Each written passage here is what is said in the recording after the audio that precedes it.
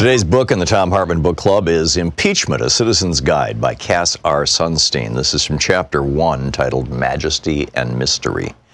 It's an old story, and it's probably even true. When the authors of the new American Constitution declared, after their months of work in Philadelphia, that they had finally reached consensus, one Mrs. Powell shouted a question to the revered Benjamin Franklin, then 81 years old. "Dr. Franklin, what have you given us, a monarchy or a republic?" He gave this answer: "A republic, if you can keep it." With those words, Franklin deflected the thrust of the question. True, he didn't refuse to answer a republic, he said, and not a monarchy. But in his view, the question wasn't what the framers, a band of good and great men, had given to the American people. The Constitution was not a gift. The question was what we, the people, would do with the framework that the framers had produced. The real agents, the most important actors in the nation's history were and are the you. You have a task, which is to keep it. And what you are to keep is a republic, which is what the American Revolution was fought to establish, and which is opposed to what the colonies fought against, a monarchy headed by a king who could not be removed from office and who could rule as a tyrant. From the Declaration of Independence, the history of the present King of Great Britain is a history of repeated injuries and usurpations, all having in direct object the establishment of an absolute tyranny over these states. Just a few decades before he spoke, Franklin's words would have been unfathomably radical, but he captured the spirit of his age. Here's Alexander Hamilton writing in the very first of the Federalist Papers, which defended the American Constitution to a nation that was sharply divided on whether to ratify it. Hamilton sounded a lot like Franken, though much more grave.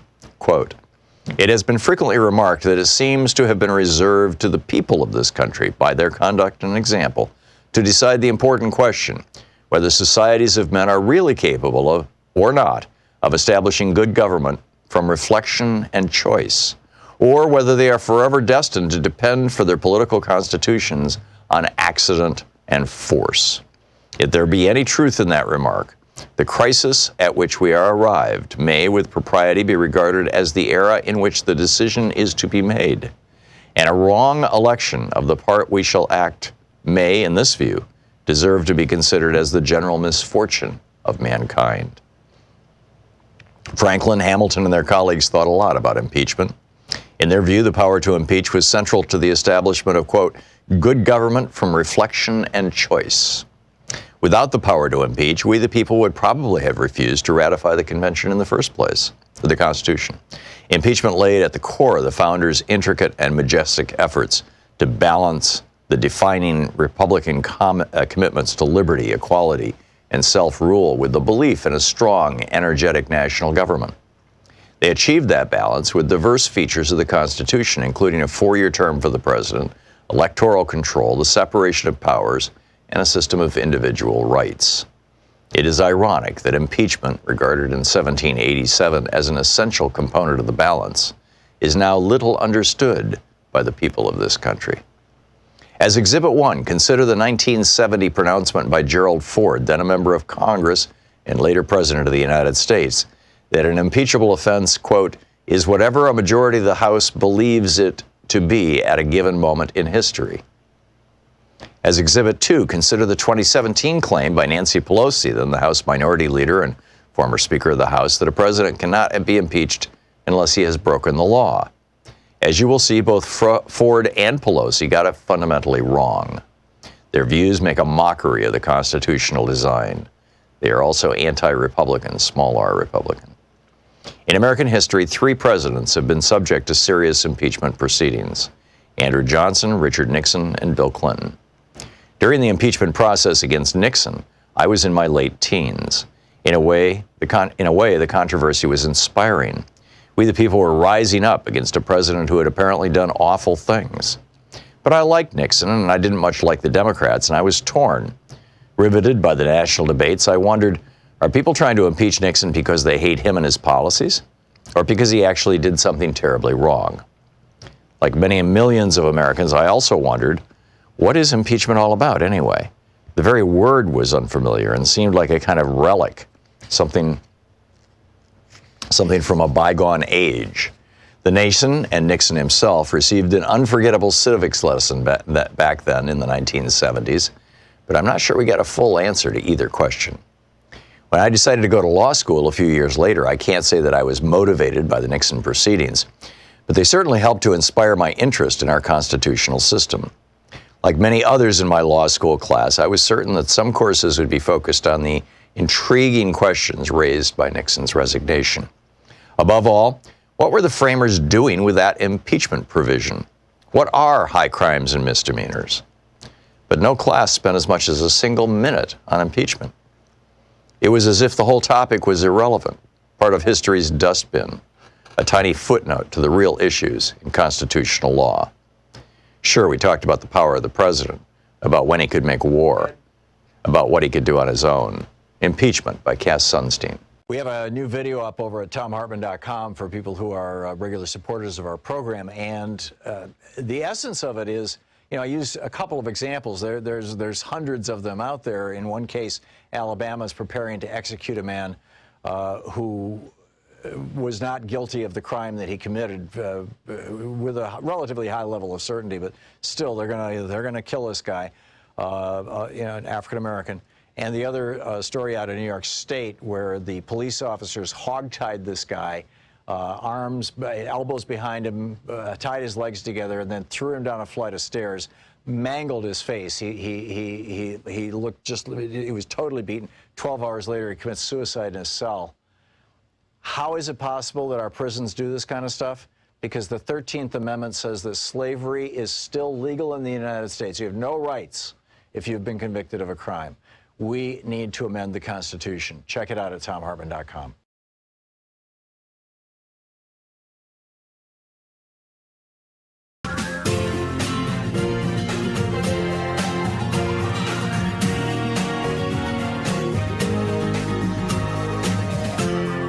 This is the Thom Hartmann Program.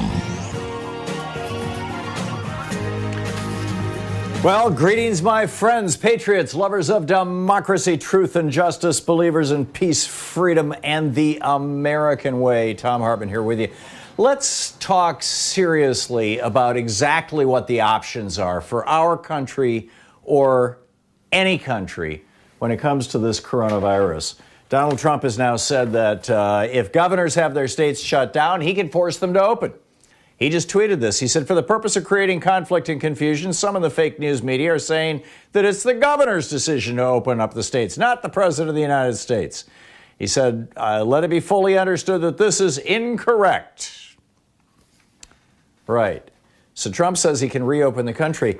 What's that all about? What's going on here? What does this have to do with public health? Let's be very clear. There are basically three ways that a government can deal with this stuff. The first is what the British health minister was advocating just a few weeks ago, and what Donald Trump has apparently been advocating inside the White House. And that is just let the virus burn through the population. We talked about this on Friday, the whole herd immunity thing. Let the virus just burn through the population, kill off the old, the weak, the obese, the hypertensive, the heart patients, kill them all off. And then you've got a strong, healthy, and immune workforce, and you can go back to work, and you can compete against the rest of the planet. And while you're doing that, the older, rich folks, Donald Trump, Charles Koch, Robert Mercer, I mean, pick your billionaire, right? They can hide out in their own private home where they've got their own greenhouse and they've got their own food and they've got their own little garden, private guards and cooks who all live there, and so they're not exposed to the outside world, and they can just shelter in place until there's a vaccine. So that's number one, burn through and kill lots and lots of people. The problem with that strategy, by the way, this from Christina Cabrera over at Talking Points memo.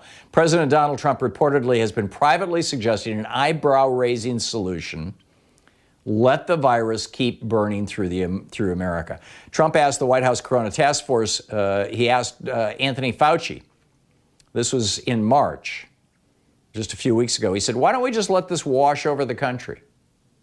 And according to the reporters, who heard from two different people who were in the room when this happened, Fauci was, quote, stunned, end quote, by the question. He told Trump, Mr. President, many people would die. This would result in 1 to 2 million deaths in the United States. And it would happen over a short period of time. And so it would overwhelm the hospitals.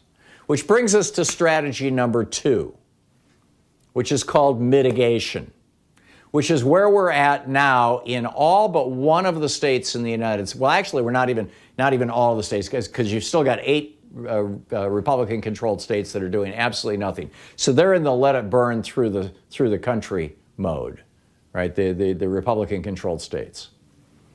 But the mitigation says we're going to let it burn through the country. And we're going to let hundreds of thousands, maybe millions of people over a period of years die.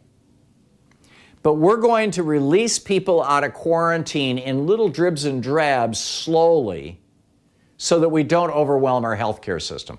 Let's be very clear about this. The mitigation strategy only saves lives in as much as it keeps our hospitals open and not overwhelmed so they can deal with heart attacks and cancer and strokes and car accidents and other things that, frankly, some of these hospitals can't deal with right now because they're overwhelmed with coronavirus. So the mitigation strategy, which is being officially pursued by the Trump administration, is really just slowly let people out. And yeah, some of them will die, but they're going to die at a slow rate. Rather than having 1,000 people hit the emergency room all at once, that same 1,000 people are going to get so sick that they need an emergency room. But we're going to do it 100 of them this week, 100 of them next week, 100 of them the week after that. And this is the debate, this is the principal discussion we're having in the United States. And this is how it's emerging, is how do we, quote, restart the economy? In other words, how do we use the mitigation strategy to slowly infect as many people as possible so that we don't overwhelm our hospitals and we end up with herd immunity? That's mitigation. And, one of the things that's under discussion is let people under 30 go back to work. Now, it kind of misses the fact that most people under 30 know somebody over 60, but nonetheless. Or a lot of people under 30 have heart disease or are obese, a third of our population. But, again, this is, you let the people under 30 out, and a smaller percentage of them are going to end up in the ER, and a lot of them are going to get sick, and so you're going to have some herd immunity in the under 30s, and then once all the under 30s are infected, then you let the under 40s out of quarantine and you infect them, and maybe the over 50 and over 60s, those folks who have really, really high death rates, we'll just leave them in quarantine indefinitely until there's a vaccine. So, which creates job opportunities for younger people. So that's the mitigation strategy that is more or less the official policy of the United States government. And that Trump is threatening to basically impose on governors. I can unlock your state whenever I want.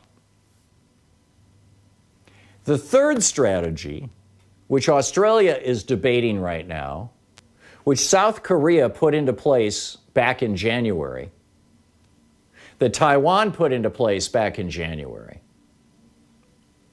that China put into place back in December, in early January, actually, that Germany and Denmark and Norway, this third strategy is called containment. And containment is where you do aggressive contact tracing throughout your population, aggressive testing. And then whenever you find people who are sick, you do contact tracing. This is what we did with sexually transmitted diseases back in the 60s and 70s. Well, I guess we still do it. Public health departments, you present with an STD and they want to know who you had sex with. We still do it with HIV. And so that's actually where you just say, we're not going to allow this virus to spread anymore in our state. And once you've got that under control, once you've got that locked down, once every time a little hotspot pops up, you step on it, you've got containment. And you can put your workforce back to work.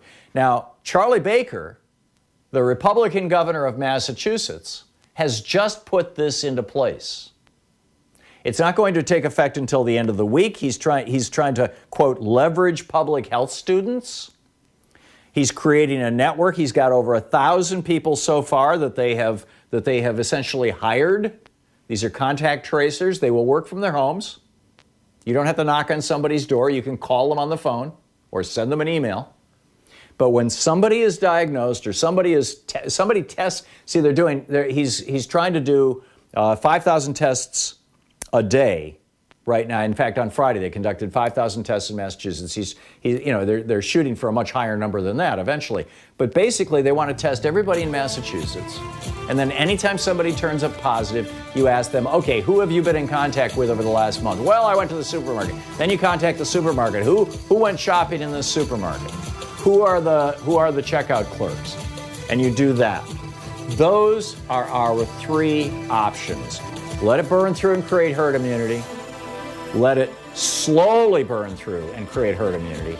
Or lock it down and have containment. This is the Thom Hartmann Program.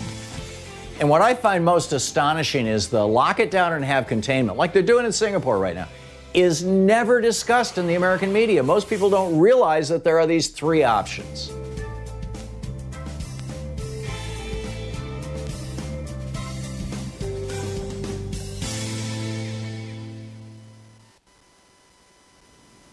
And welcome back. Oh, let's see here. Omar in Herndon, Virginia. Hey, Omar, what's on your mind today? Tom, good day to you, sir, and I hope you and your crew are safe. I have a little jokes in these hard times, and the joke goes like, I guess you can't kill a coronavirus by an F-16. And right. and the purpose of that joke, I hope all these countries learn that investing money in all these military equipment, and not investing on healthcare, I hope they learn their lesson. And what I wanted to just talk about, I think the next hot spot is going to be these third world countries, because over the weekend I wrote an article in the Financial Times that a lot of countries like Saudi Arabia and Qatar, some of these migrant workers that they were using to build stadium for the 2020 World Cup and on all these skyscrapers, they've been shipping them back to these countries where they came from. I mean, these are the people who are under very difficult. Yeah. Exactly. And they've been under very difficult situation. They hold their passport. They've been paying minimum wages, and now they don't need them. They pretty much shipping them back to Ethiopia, Bangladesh, to a lot of these countries that are not going to be able to handle the coronavirus. And I think the United Nations need to step in and halt the deportation of any person who's with coronavirus. They have to be treated. And the fact that you use them when you want them and you ship it back when you don't need them is really criminal. I agree with your sentiment, Omar. And obviously the reason why the Saudis are shipping them out is because Saudi Arabia has a massive problem right now with the coronavirus outbreak, that's burning through the royal family. And, some of these people actually work as servants to the royal family as well. Exactly. And because the workers, not only are they low paid, but they live in dormitories. I mean, they live in squalor and poverty, 20 people to a room. And so it's burning through that community of so-called guest workers. And that's why they're expelling them. They're expelling them because they're massively infected with coronavirus. And the Saudis don't want that reservoir of coronavirus in their country any longer, which they created. And but the problem, and I agree with your sentiment, as I said, Omar, but the problem is the UN does not have the power to stop a country from deporting people. If they did, I think that they would be talking to Donald Trump about deporting, people here. Yes, I agree with you. There has to be action because these countries cannot support an outbreak. Ethiopia cannot support an outbreak. Bangladesh or cannot support an outbreak, and that's what concerns me. Oh, I completely agree. I completely agree, and it's going to overwhelm them. And you ain't seen nothing yet, right? We're looking at New York, and everybody's like, "Oh, New York," and "Oh, New York's an anomaly." Wait till it hits Wichita, Kansas. Wait till it hits. Pick your city, your red state city. Richard in Pasadena. Hey, Richard, what's up? What's up is the courage that you spoke of with Franklin Delano Roosevelt last week, and same with Katrina Van Houten, saying that we need to care for each other. We need the courage to do some committed action. And the committed action we need to do first is recognize that we can rid ourselves of Donald Trump and Michael Pence, but it's going to take we, the people, to do it and recognize that November is the last resort. Yes, we'll do it then, but we need to do it now. We need to lift these sanctions on Iran. We need to lift the sanctions. We need to join the world community in kicking the butt on this virus. I'm with you, Richard. I'm absolutely with you. Thank you for the call. Our 1-hour free podcast recaps our show, and it's available wherever fine podcasts are found. And we have the full 3-hour podcast available over at thomhartmann.com if you want to really support our program.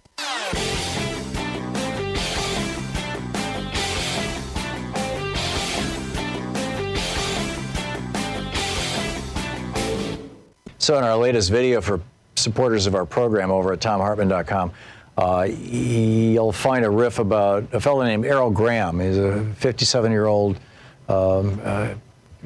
African English individual who starved to death recently in the United Kingdom.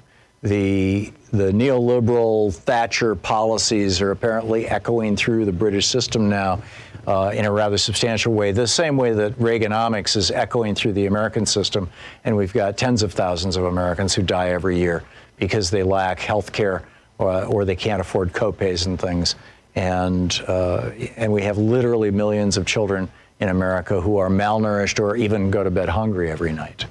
It's pretty breathtaking stuff, and I think you'll find the rant particularly interesting or useful, and hope you can share it with your friends when you pick it up. It's over at thomhartmann.com. Thanks again for supporting our program.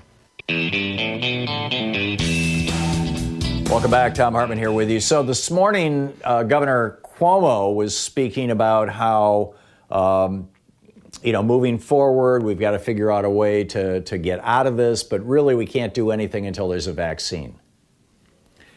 Why is he not talking about containment? Tom asks rhetorically. Well, the reason why he's not talking about containment is because it's too late for New York City to do containment.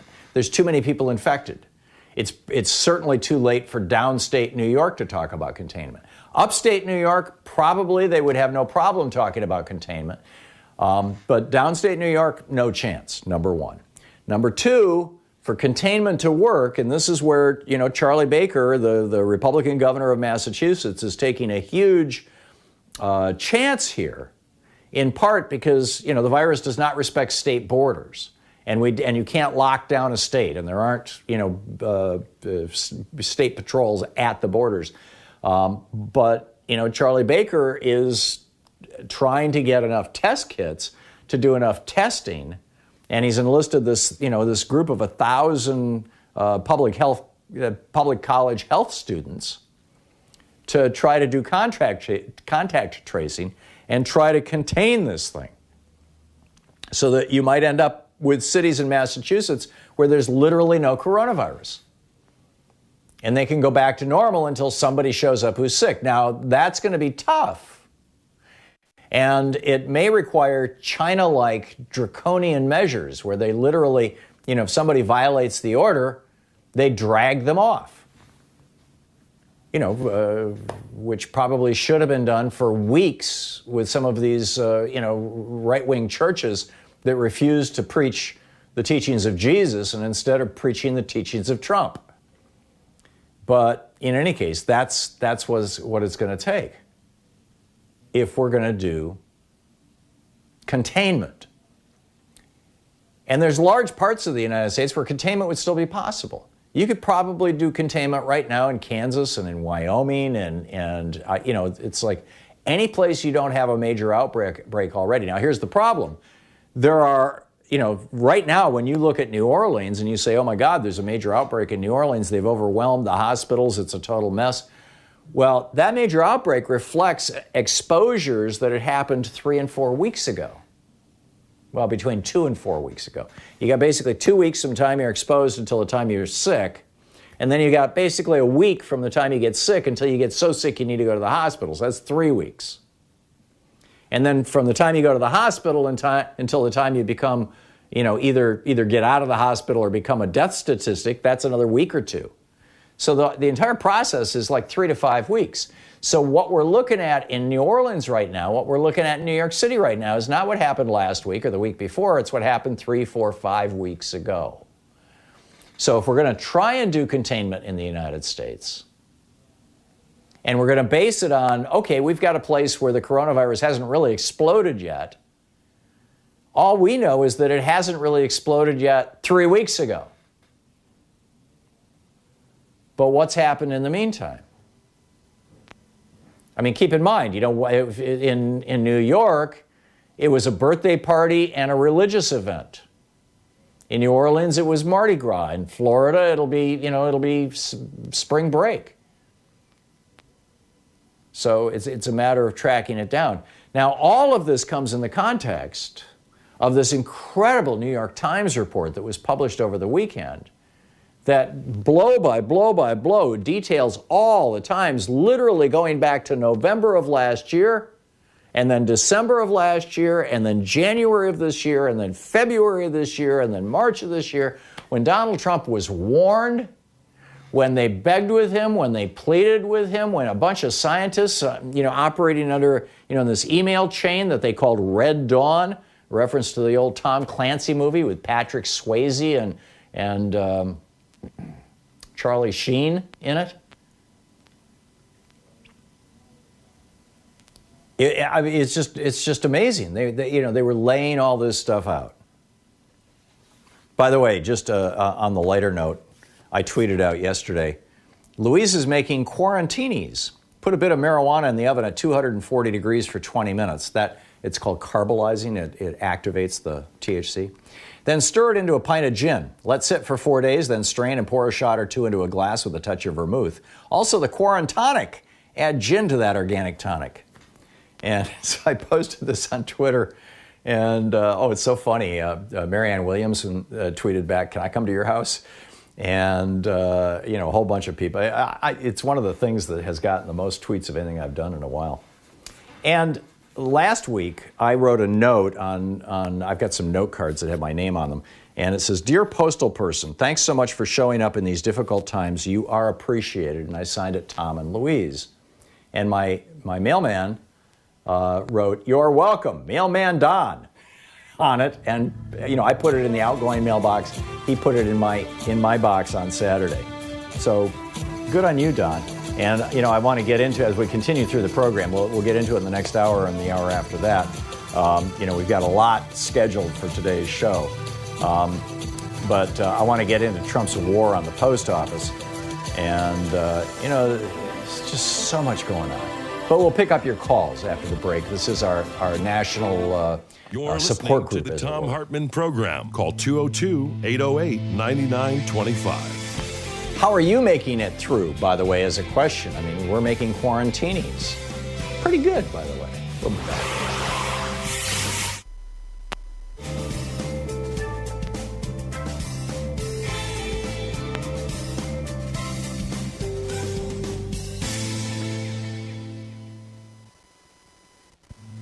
This is the Thom Hartmann Program.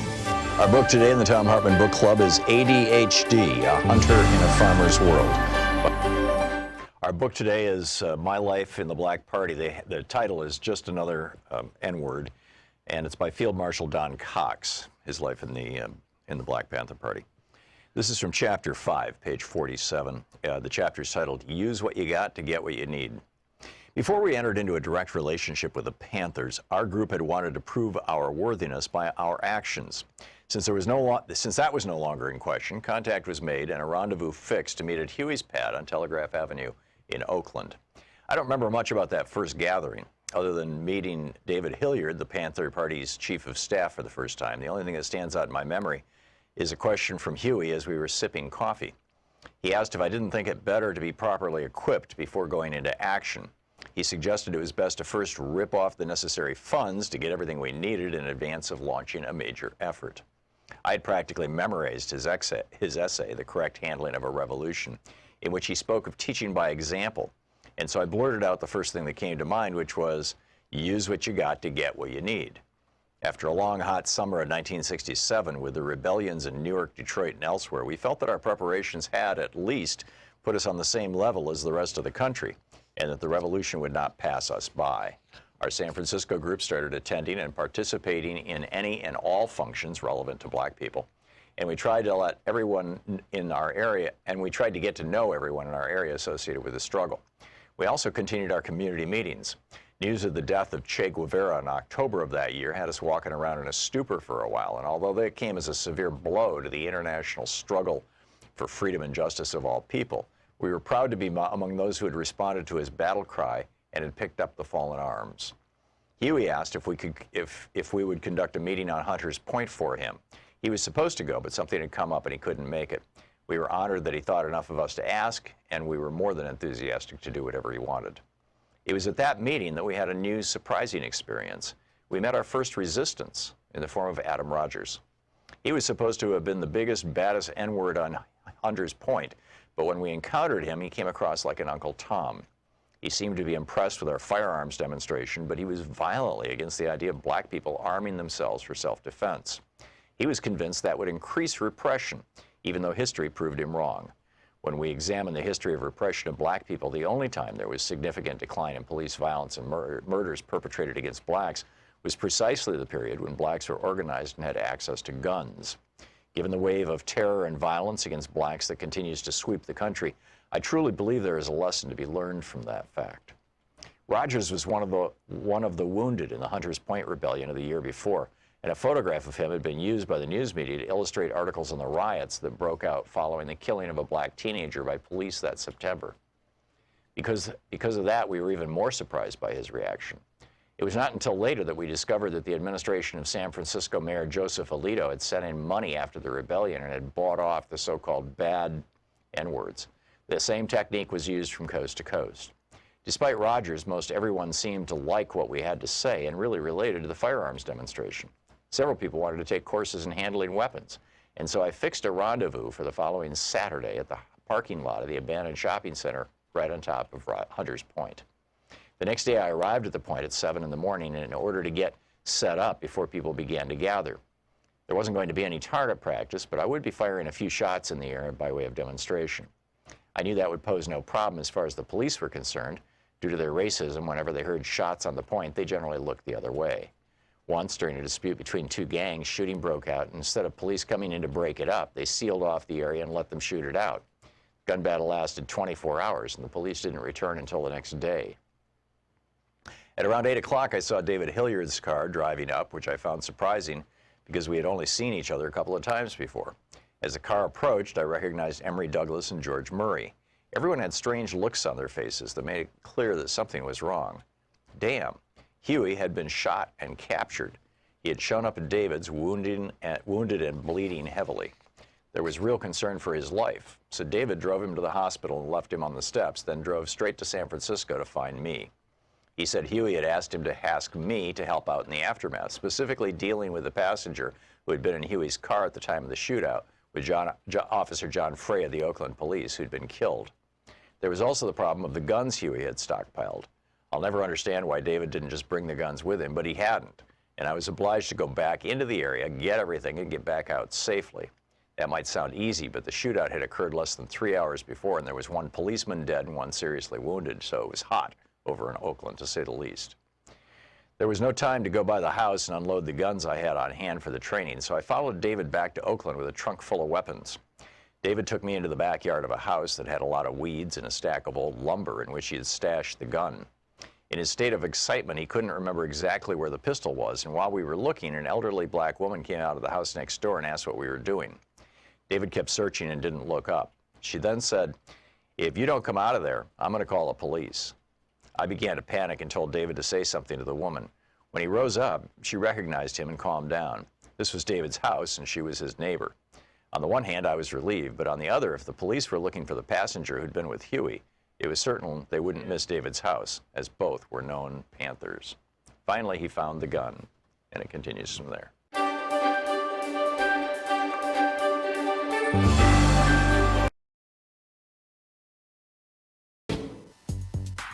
Coming up on this week's Science Revolution is Zach Corrigan with Food and Water Watch. Could another zoonotic pandemic be coming? Thomas Lindsay with the Center for Democratic and Environmental Rights is here on the rights of nature and how they may have kept Pennsylvania from industry harm.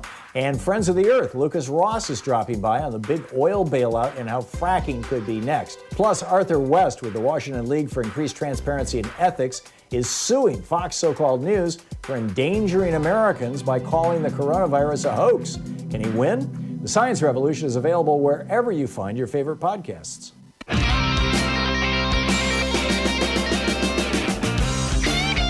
Welcome back. Thom Hartmann here with you. Donald Trump tweets a call to fire Fauci over the weekend.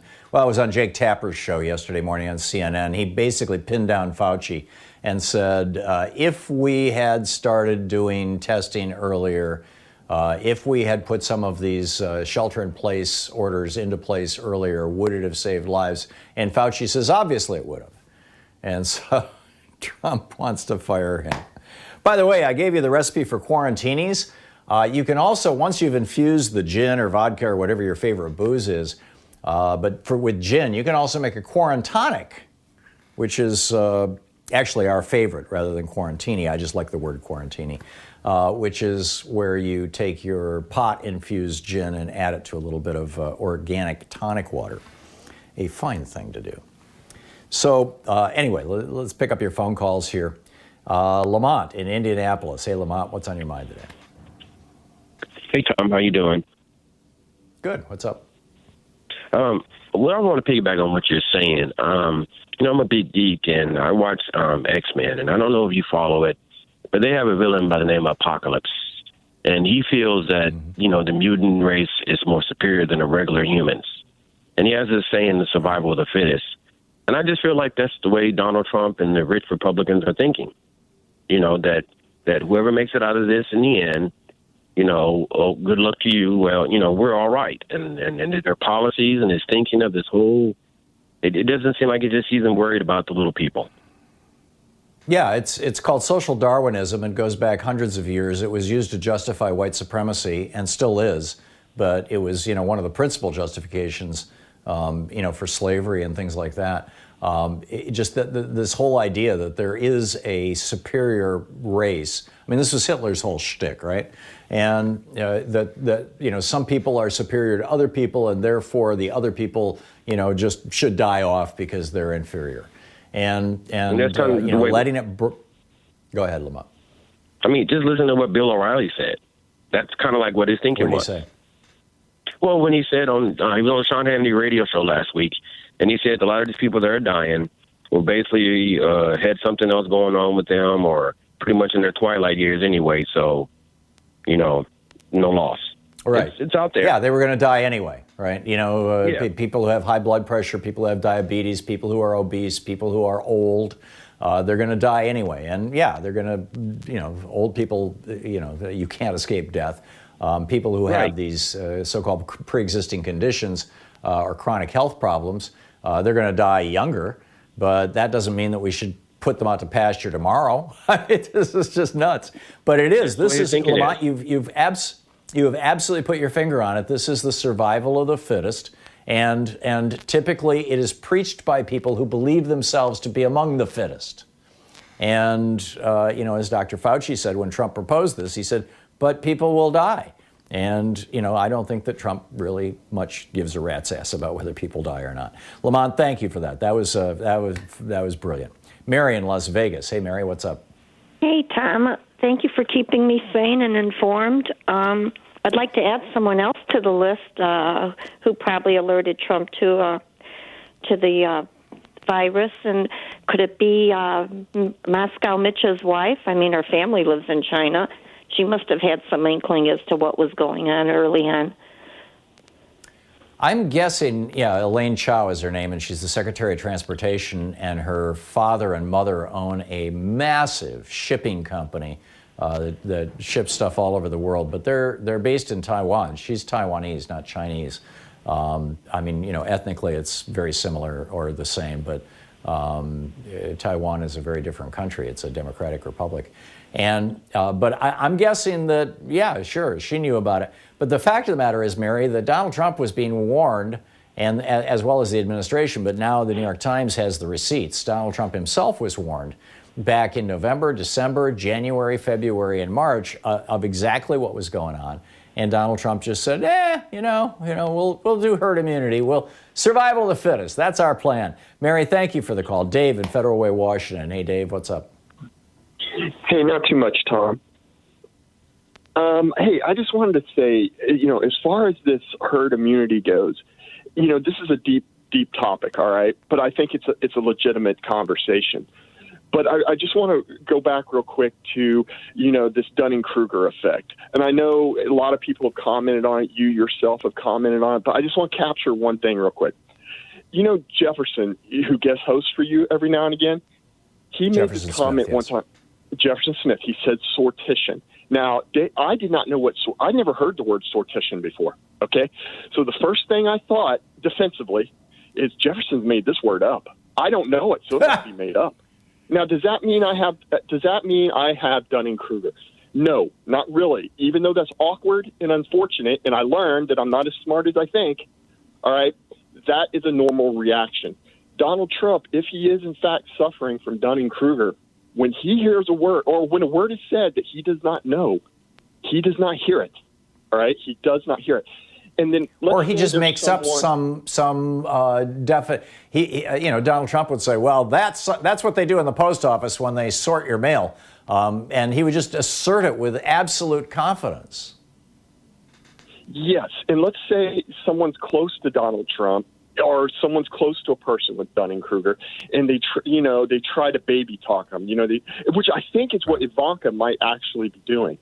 They're running a great risk, all right, because they will appear condescending and even hostile to the person suffering from Dunning-Kruger at a certain point. Okay, they will appear hostile, and there will be animosity there. All right. Right. For people who don't know what we're talking about, Dave, let me just interject here. Dunning-Kruger is a psychological syndrome where people believe themselves to be highly competent when in fact they are massively incompetent. And typically it's not limited to one particular subject area. Am I accurately characterizing that? And what does sortition mean, by the way? Sortition is what Jefferson was talking about in the caucuses process. It's the way they select people during the caucuses. Yeah. Okay, if you don't make 15%, et cetera. Okay, I didn't know that. I've heard the word, but I couldn't pull up a definition for you. Well, and the reason why this Dunning-Kruger effect is so dangerous, when it comes to a biological organism or a virus or a pathogen, whatever you want to say, is because it develops in very unpredictable ways because of our general lack of knowledge, all right? Scientific knowledge. And the problem I see with conservatives, even though I think you nailed it where you said, when you were talking about containment, I think containment is obviously scientifically the better way to go. There's a couple of problems there with conservatives in general. And I've kind of noticed it with the attacks on Joe Biden lately about, how they're portraying Joe Biden as some sort of dictatorial figure, all right, that doesn't understand the Constitution. I just read an article about it this weekend. The problem this is called projection. Yes, they're projecting, and the problem is it costs a lot of money, long story short, to do containment. They're not going to want to do it. They're going to want to default back to prayer and this concept of social Darwinism. Let the weak perish, where the strong. No, I get it, Dave, and they're already there. Dave, I needed to move along, but thank you for the call, Mark in Valley, Washington. Hey, Mark. Yeah, hi, Tom. I was listening to your explanation of this mitigation process you were laying out, and the fact that it's that this virus is overwhelmingly taking out minorities and poor people. And people with, predispositions conditions, and a lot of that can be genetic.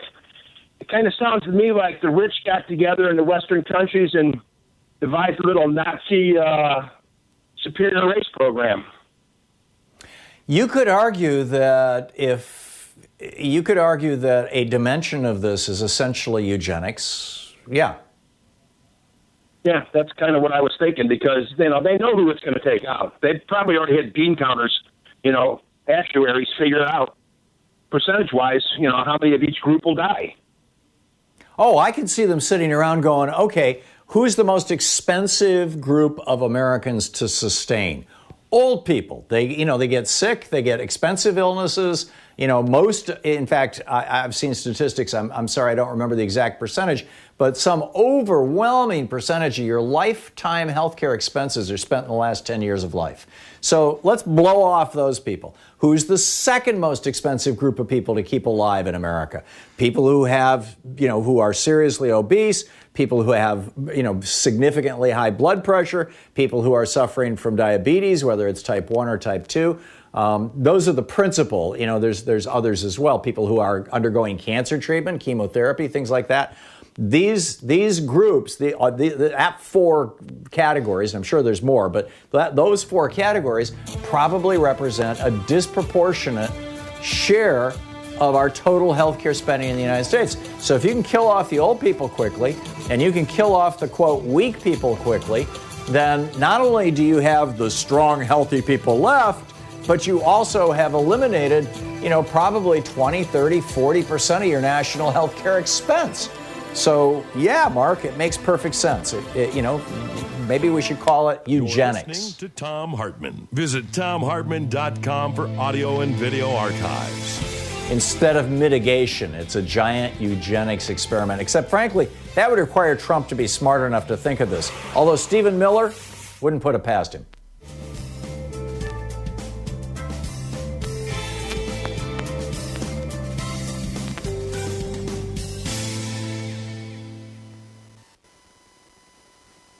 And welcome back. Let's see here. Robbie in Portland, Oregon. Hey, Robbie, what's up? Just a smoky morning here in Portland. It's beautiful, isn't it? Well, you see the smoke? There's a lot of smoke, some type of fire. Anyway, I'll get to my thing I see here. the haze. I don't know where it's coming from, though. Yeah, I've been delivering all over the city. And anyway, besides that, I wanted to bring up, kind of adding on to this, they're turning this into a genocide on poor people.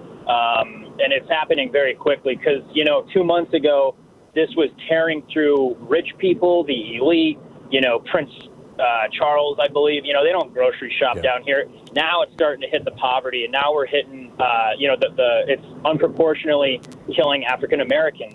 And one thing that I wanted to share is this is a reflection of before COVID-19, there was already higher death rates amongst people giving birth of color, people who go in for, heart attacks. Black people were already dying at much higher rates than, their white counterparts. So I think this is just an amplification of the hospitals and their treatment. Considering they might not have the best health insurance, they're kind of putting off going to the hospital until it's too late, and then there's already no hospital beds. Anyway, what I'm seeing is a genocide on poor people. Clearly, they said already they don't care. It's patriotic to die for your economy is what the Republican rhetoric is. But I truly believe that they actually, and I'm going to say it, it's actually unfortunate. Boris Johnson got discharged from the ICU. I was hoping something, I was hoping that it would have been able to have the same type of detrimental effects on the elite class as it would have the poor. But now it's clear to me they just think that they can buy their safety. That's why they want us to, go back to work. And then they just think if you can make enough money, you can, pay for your own doctor. Well, they don't want to go back to work, Robbie. I guarantee you, right. The CEOs of the CEO of, I can't guarantee what Jeff Bezos is doing, but, a lot of these big companies where they're asking their employees to go back to work, the senior management is not. And you're absolutely right. In fact, those diseases that I listed earlier, cancer, obesity, diabetes, and hypertension, and the latter two usually arising out of obesity, those are wildly overrepresented among our poor population, in large part because so many of them live in essentially food deserts, and because fast food, which causes obesity, is actually in many cases cheaper than preparing your own food. So you've got an entire poor population that has been thrown into a health crisis over the last 40 years by Reaganomics and by, well, really over the last several hundred years by, systemic, institutionalized discriminatory practices and whatnot. And you have a disease coming along that's going to hit that population disproportionately. And so, of course, Trump and Stephen Miller, they're saying, oh, yeah, well, just go back to work, no problem. And we will weed out of the gene pool those people who are poor. Well, hey, Tom, if I can make one last point. Hey, Tom, can I make one last point? Quickly. LA Times put out an article saying that the Army is seizing hospital supplies. Have you read that? Yeah, and it's not just the Army. FEMA has been seizing hospital supplies as well. As they're being shipped from wholesalers to hospitals, they're interdicting these shipments, and in some cases the companies are stripping the logos off so people won't know what they are, so they can't do it.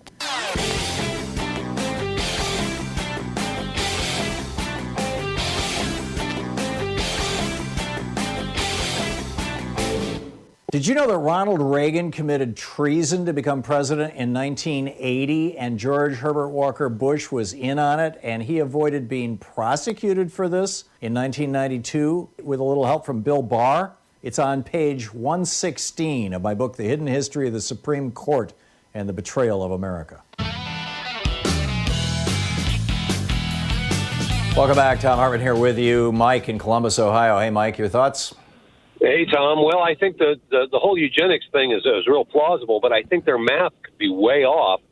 As I was sharing with your screener, the deal here is there's some reports that have been eking out of China that people who were sick and then tested okay got sick again, and some have died. So we don't know what they're limited data.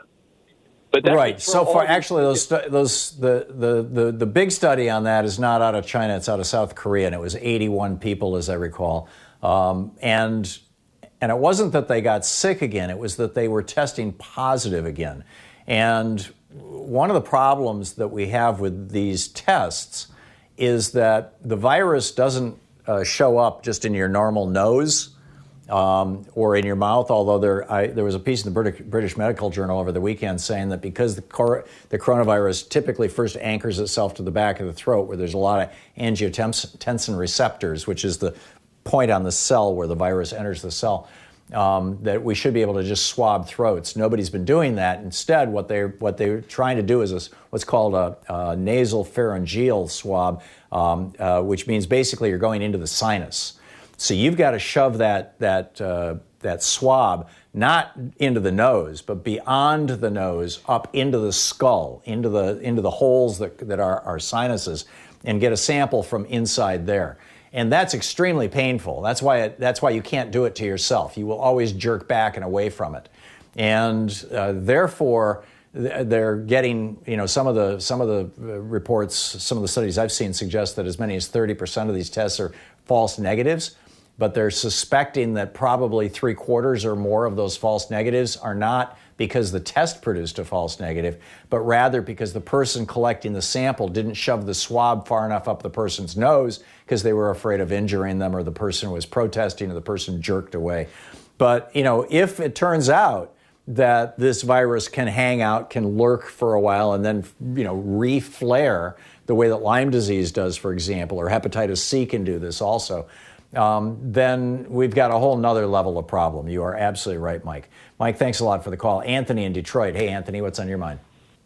Hey, Tom, I just want to raise and keep in everyone's top of mind, how they put the environmental regulations by the wayside and the reporting information and whatnot. It's just a concern of mine. Yes. So. Yeah, they've shut down the EPA for all practical purposes. They've given a waiver to all the big chemical companies. If you've got 1,000, pounds or 1,000 tons of some corrosive or destructive chemical stored in a temporary storage bin next to a river, just open the valve, pour it in, no problem. Your smokestack is putting poison in the air. Yeah, cool. You can go for it. I mean, that's what's happening. Anthony's spot on. Thank you. Josh in Portland. Hey, Josh, what's up? Hi, Tom. First-time caller. Pretty long-time listener. I live in my car. I work. It's a Lexus, so I guess that means I'm living in class. They say if you own a car, you're in the top 10% of the richest people in the world, and I'm thinking, well, does that include if you live in it? Right. Definitely relative. Well, that puts you in the top 10% of homeless people. Yeah, of rich homeless people, for sure. And I was walking down the street in Portland, and I can't go to the gym because the gym is where I shower. Now that's closed. I can't wash my hands. I have to shop pretty much every day. So I'm touching everything. I like to buy fruit, so that's really a drag since I know fruit probably gets touched more than any other food because everybody's always squeezing it. Right. I'm really bummed that Bernie got pushed out. I think he got pushed out by it's just proof that when you want somebody to lose, you can do it. It reminds me of when Ron Paul was running. If all the people who wanted to vote for Ron Paul would have, Ron Paul would have won, not Mitt Romney. So instead, they got Mitt Romney, and we got Joe Biden. So, Josh, what's the point of your Democrats. call? What is the point you're trying to make? That's pretty much it. I'm homeless. You want to I wish that we had a better person running to take care of that. And because of this COVID-19 thing, I don't think it's going to really get pushed up. You know, like everybody, when I listen to conservative radio, they talk about Rahm Emanuel and has never let a crisis go to waste. And we're in a crisis right now, and it's not going to waste, but it's going in the opposite direction that I would like it to. It's not power to the people. It's the people at McDonald's are still getting COVID-19 and still being told to serve food and not wearing masks. I get all that, Josh, and I am equally horrified by it, and I think that it's going to change. I really do after November. From Josh to Josh. Josh in Millerton, New York. Hey, Josh, you got the last minute of the hour. What's up? No, Josh. Okay, let's try Mark in McHenry, Illinois. Hey, Mark, you got the last 40 seconds of the hour. What's up? Hi, Tom. Just briefly, I just feel that America has become a moral and ethical desert. And it began with the neoliberalism of the Thatcher-Reagan era, and Trump is the natural, the natural zenith of where we have arrived. And I feel that the platform of the Democrats should be that once we get a Democrat president and get the Congress back, we will erase the Trump administration and everything that he's tried to do, as he's tried to do with Obama, including impeaching unqualified and fanatical judges.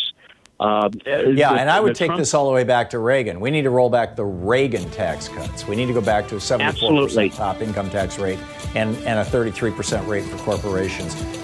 When Reagan came into office, a third of the federal budget was funded by corporate taxes. So now it's 6%. Well, actually, 3 years ago it was 6%. I don't know what it is now with the Trump tax cuts. It's probably down to 3%. Mark, spot on. Thank you very much. A moral desert. What a great phrase. We'll continue this conversation, and we're going to dig into some of the rest of the news right after this. You're listening to Thom Hartmann.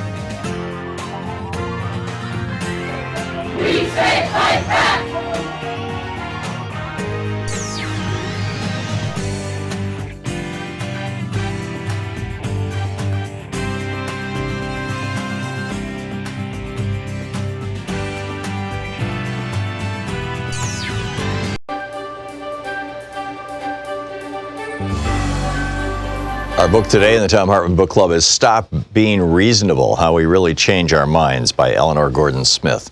This is from the introduction. Somewhere in the technological belt of California, where the only thing more precisely engineered than the software is the people, or maybe the people's teeth, lives an organization called the Center for Applied Rationality. For the low price of $3,900, the center will sell you a 4-day workshop on reasoning, during which participants eat, sleep, and take part in 9 hours of back-to-back activities together daily under one, presumably rationally designed roof. This year, like every other year, the center will receive hundreds of applications from people who want to attend because, as they put it, everyone I know is irrational and I want to fix them. These folks make for an easy punchline, a good group to laugh at, but it turns out many of us make a version of the same mistake when we think about persuasion. We think we know what it is to change our minds rationally, and the only question is why other people don't do it more often. The ideal mind change is calm. It reacts to reasoned argument. It responds to facts, not to our sense of self or the people around us. It resists the siren song of emotion. People like to talk about the public sphere, if there is such a thing. Then its convex edge reflects this idealized image back at us. Think of the number of programs dedicated to the mind-changing magic of two sides saying opposite things. Meet the Press, State of the Union, Face the Nation. The branding of these things often bakes in a little reward. How brave I am for attending the Festival of Dangerous Ideas. How clever for my subscription to the Intelligence Squared debates.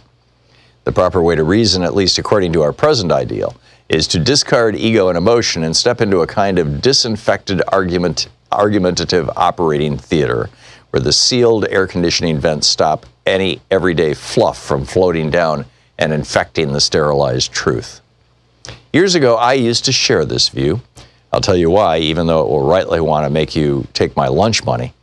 When I was in school, I was a champion debater, which was another way of saying I spent my weekends wearing a blazer and telling people in precisely timed intervals exactly how wrong they were.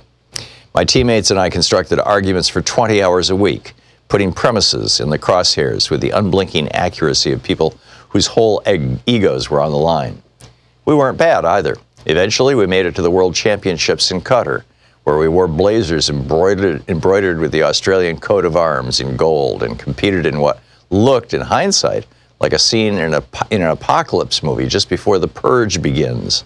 All of us in matching uniforms on fleets of white buses being shepherded through the desert haze to auditoriums where we would sit locked up together for an hour, surrounded by stopwatch-wielding officials. Debating left me with an attitude toward persuasion that was as precise as Euclidean geometry. Find the foundation, show why it's wrong. Buttress analysis with evidence. Emotion is for decorative flourishes only. Do not expect it to be load-bearing. Of course, I knew you could change minds by appealing to things like emotion or your opponent's sense of self, but doing that seemed kind of base. It felt nobly sportsmanlike to arm yourself with argument alone. It was the intellectual equivalent of turning up at dawn for your duel with your pistols shined and paces counted. It was how you were meant to fight. This perspective began to change after I produced a piece for the radio show This American Life in 2016. The idea had seemed simple. Turn around to my own catcallers, men who had wolf whistled or made sexual comments to me on the street, and try to reason them out of doing it again. I spent hours giving these men all the evidence, all the reasoning, all the fancy footwork with premises. But after dozens of conversations, I walked away defeated. Over and over again, they walked away from our conversations as sure as they'd ever been that it was okay to grab, yell at, or follow women on the street. These men didn't seem fundamentally irrational or unstuck from reality. In fact, in a funny sort of... Our book today in the Thom Hartmann Book Club is Stop Being Reasonable, How We Really Change Our Minds by Eleanor Gordon Smith. This is from the introduction. Somewhere in the technological belt of California, where the only thing more precisely engineered than the software is the people, or maybe the people's teeth, lives an organization called the Center for Applied Rationality. For the low price of $3,900, the center will sell you a 4-day workshop on reason. This is the Thom Hartmann Program. And welcome back. Thom Hartmann here with you. It's really quite remarkable.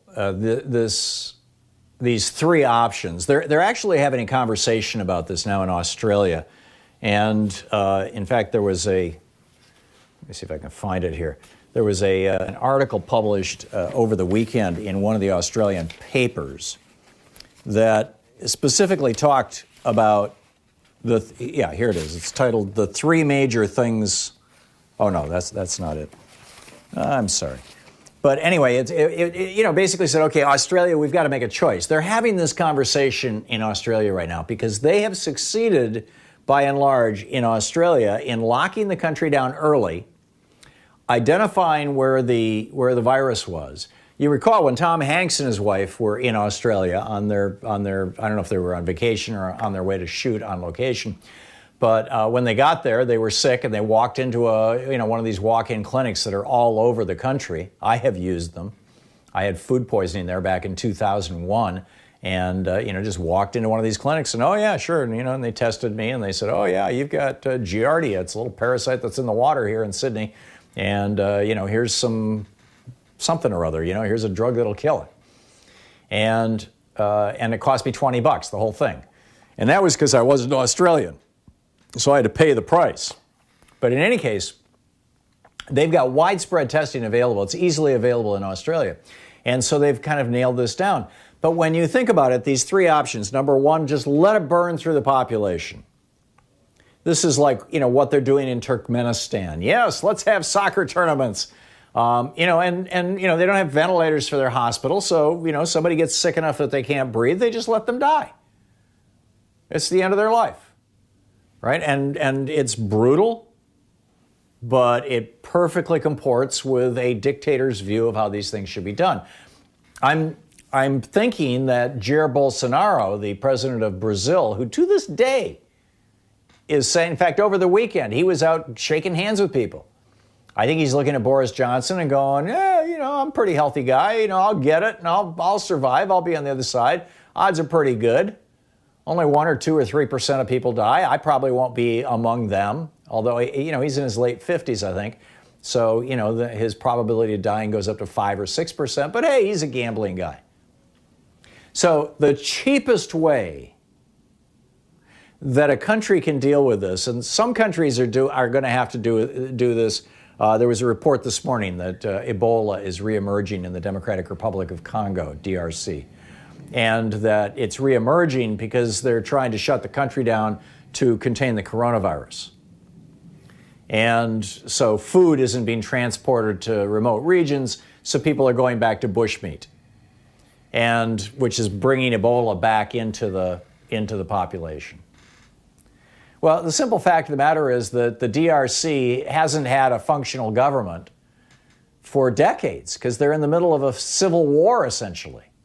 Same thing is happening in South Sudan, where Ellen Ratner and my son and I or me, I guess, and Joe and Sherry Madison, who Joe does a show this in the morning on Sirius XM, and right-wing talk show host Rusty Humphreys, where we were there back, I don't recall how long ago, 6, 8, 10 years ago, something like that.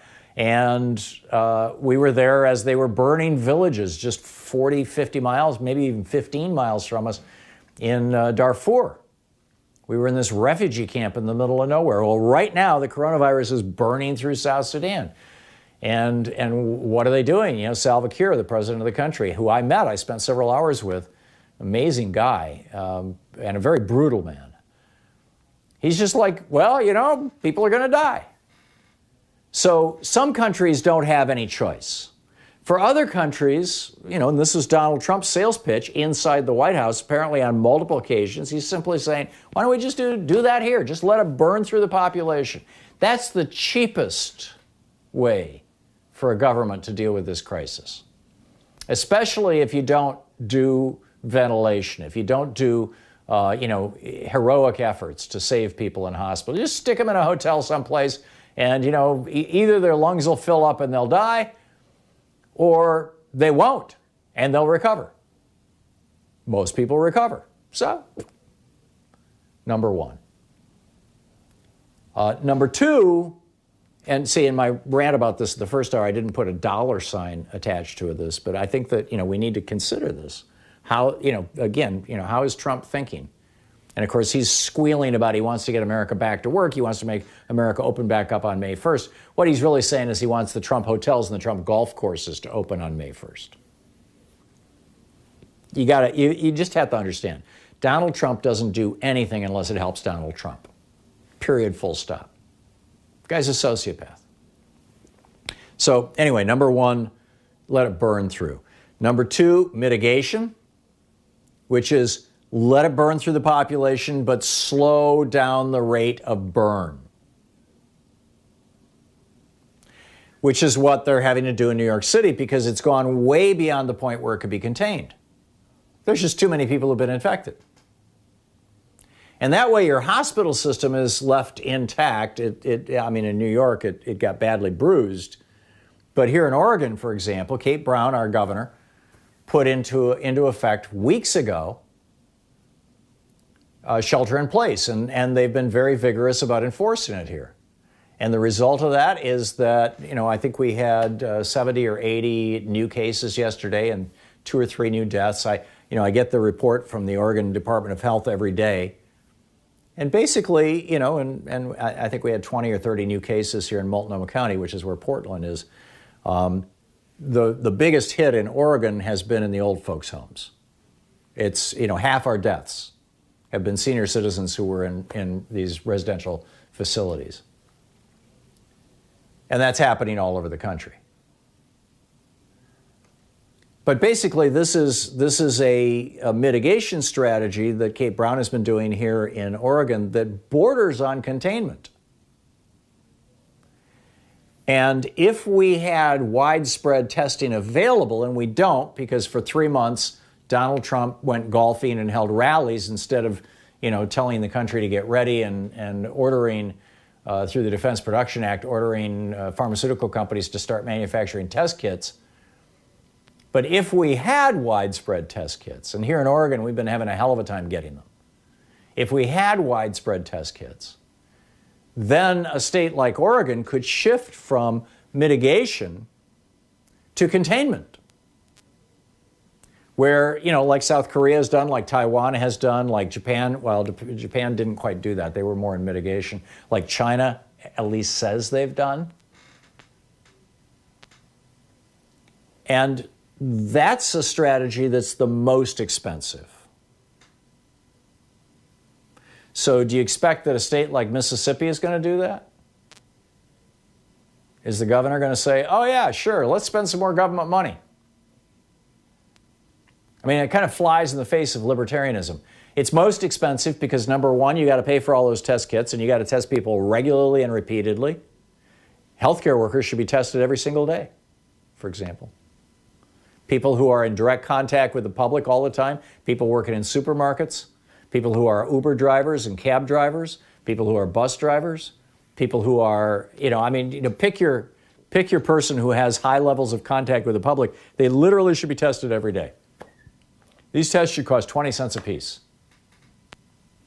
And they should just be everywhere. You can get a pregnancy test at the drugstore. You should be able to get a COVID test.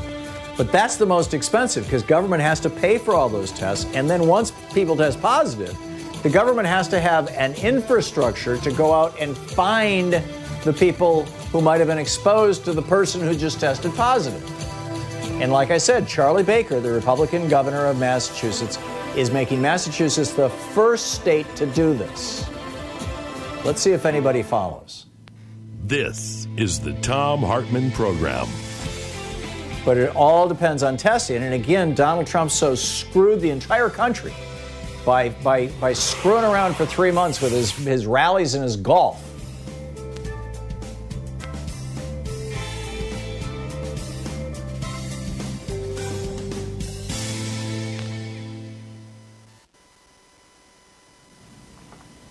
And welcome back, Wynn in Salon, Maine. Hey, Wynn, what's up? Is it Salon or Solon? Solon is how we say it up here. I don't think any has a criticism if you want to vary that slightly. But I'm the scientist that called your show about a month ago. I've always been for widespread and pervasive testing. But, of course, Trump screwed the pooch on that one way back. But myself, I'm a high-risk person. I've got diabetes. Doctors don't know why. I got body mass of 24.3 or something ridiculous like that. And probably in your genes.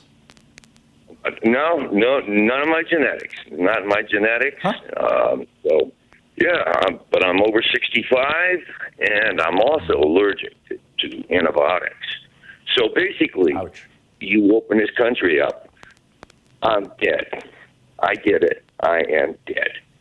But I think it's a great idea. If Trump believes in that policy so much, I think what we ought to do is for every day he opens up a country or not a country, but a county or a state, he and his cabinet need to go out and get jobs at bar backs, grocery baggers, dead body removal from convalescent homes or wherever. They need to be out in the community. If they so believe in that policy, I think that they should be required to go out and show us how it works. Yep. Brilliant. That's I agree with you, Win. My idea for the day. If you think it's so good. Okay. That's a good one, Win. I'm with you. Let's Trump and Trump's cabinet need to drive Uber or bag groceries or something before the rest of us are required to. Spot on. Well said. Lara in Watertown, Wisconsin. Hey, Lara, what's up? Hi, Tom. I'm just wondering if you had heard recently that Trump shipped like 17.5 tons of medical supplies, including the things that they need for respirators. Ventilators, yeah. Ventilators, thank you. He did that in February. Okay, because the first time I heard it was in February, but now I heard recently he also did it in January. So if he knew about this in November and December, that it was coming, why would he go and ship all those medical supplies that are much needed there, which almost kind of seems like he's setting us up to fail here?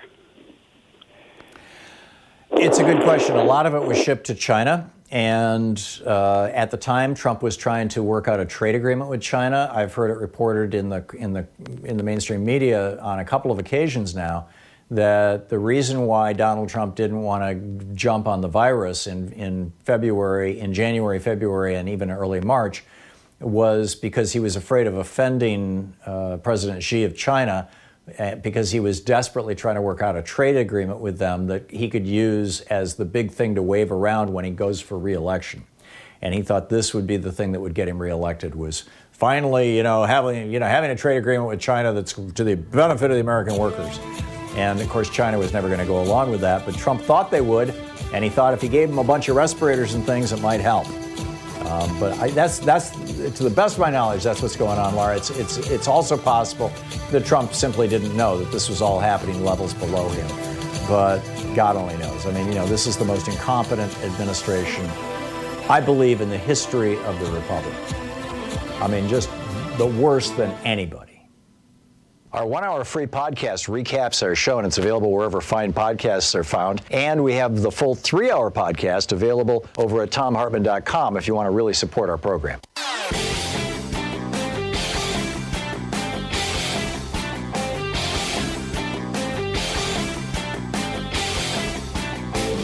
We have a new video up over at thomhartmann.com for people who are regular supporters of our program. And the essence of it is, I use a couple of examples. There's hundreds of them out there. In one case, Alabama is preparing to execute a man who was not guilty of the crime that he committed with a relatively high level of certainty, but still they're gonna kill this guy, an African American. And the other story out of New York State, where the police officers hogtied this guy, elbows behind him, tied his legs together, and then threw him down a flight of stairs, mangled his face. He looked he was totally beaten. 12 hours later, he commits suicide in his cell. How is it possible that our prisons do this kind of stuff? because the 13th Amendment says that slavery is still legal in the United States. You have no rights if you've been convicted of a crime. We need to amend the Constitution. Check it out at thomhartmann.com. Products.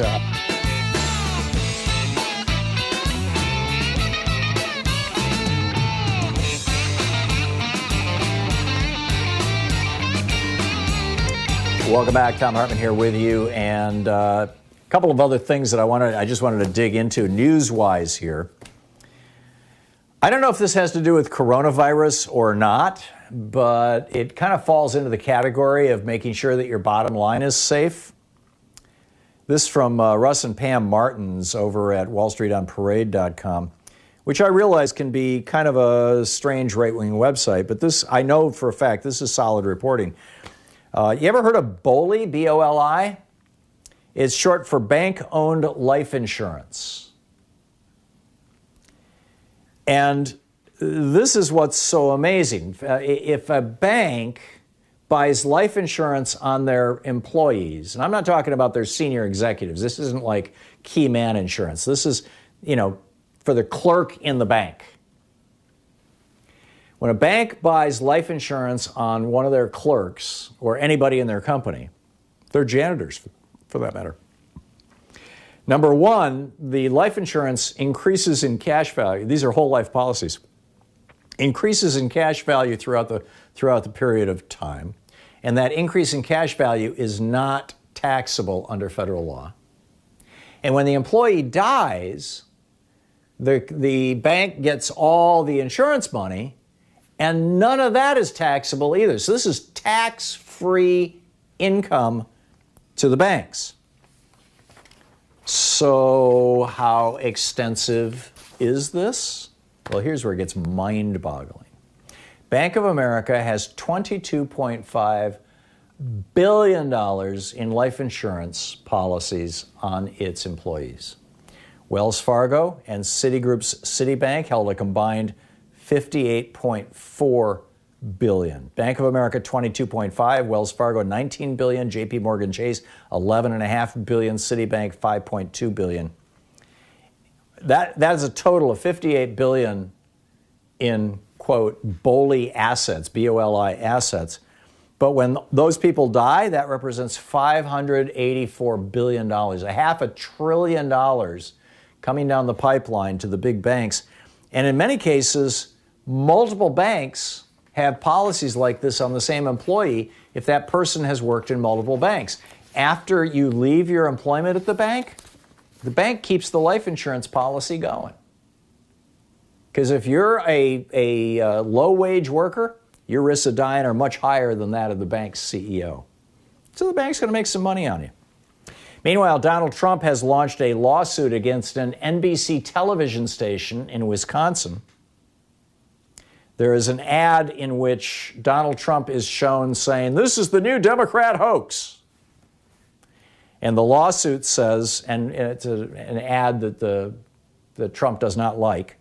The ad says, quote, "This advertisement titled Exponential Threat does not just contain false and defamatory statements about President Trump. It is more insidious and ultimately far more dangerous." Well, what's misleading about it?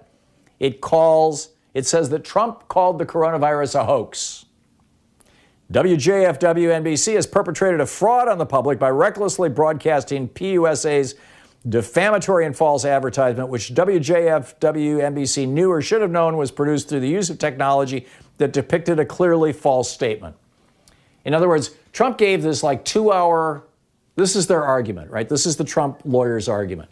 Trump did a 2-hour campaign rally. In that campaign rally, for about 2 minutes, he called the coronavirus the new Democrat hoax. They clipped a few seconds of that out of the campaign rally and put it in the ad. And therefore, they took it out of context. They used a technology that depicted a clearly false statement. Well, it wasn't a false statement. Trump said it. Finally, I just have this big pile of news here. We'll be going through here as we continue through the day. But for this hour, I'll leave you with this, since we've been talking about countries around the world and how they're dealing with coronavirus. Brazil was running a study on 81 hospitalized patients in the city of Manaus using chloroquine. And they had to stop the study because so many of their patients were having heart irregularities. One of the known side effects of chloroquine is that it produces an irregular heartbeat. And if you're really sick, an irregular heartbeat can lead to heart failure, to death. And they had so many people showing up with this. Dr. David Jernlink, who is with the University of Toronto, says, "To me, this study conveys one useful piece of information, which is that chloroquine causes a dose-dependent increase in an abnormality in the ECG that could predispose people to sudden cardiac death." So they just had to stop using chloroquine. Sweden was doing a study on this last week, and I reported on this program last week. Sweden stopped their study on it. Turns out chloroquine, hydroxychloroquine, is probably a little less toxic, but chloroquine is apparently more destructive than it is helpful. Amazing. Absolutely amazing. I got to tell you what Gavin Newsom is up to, but we'll do that at the top of the next hour. Some amazing news coming out of California. Stick around. You're listening to the Thom Hartmann Program. Call 202-808-9925. Up next, your phone calls. Stick around. We'll be right back. It's the Thom Hartmann Program, your media support group for we the people of the United States of America.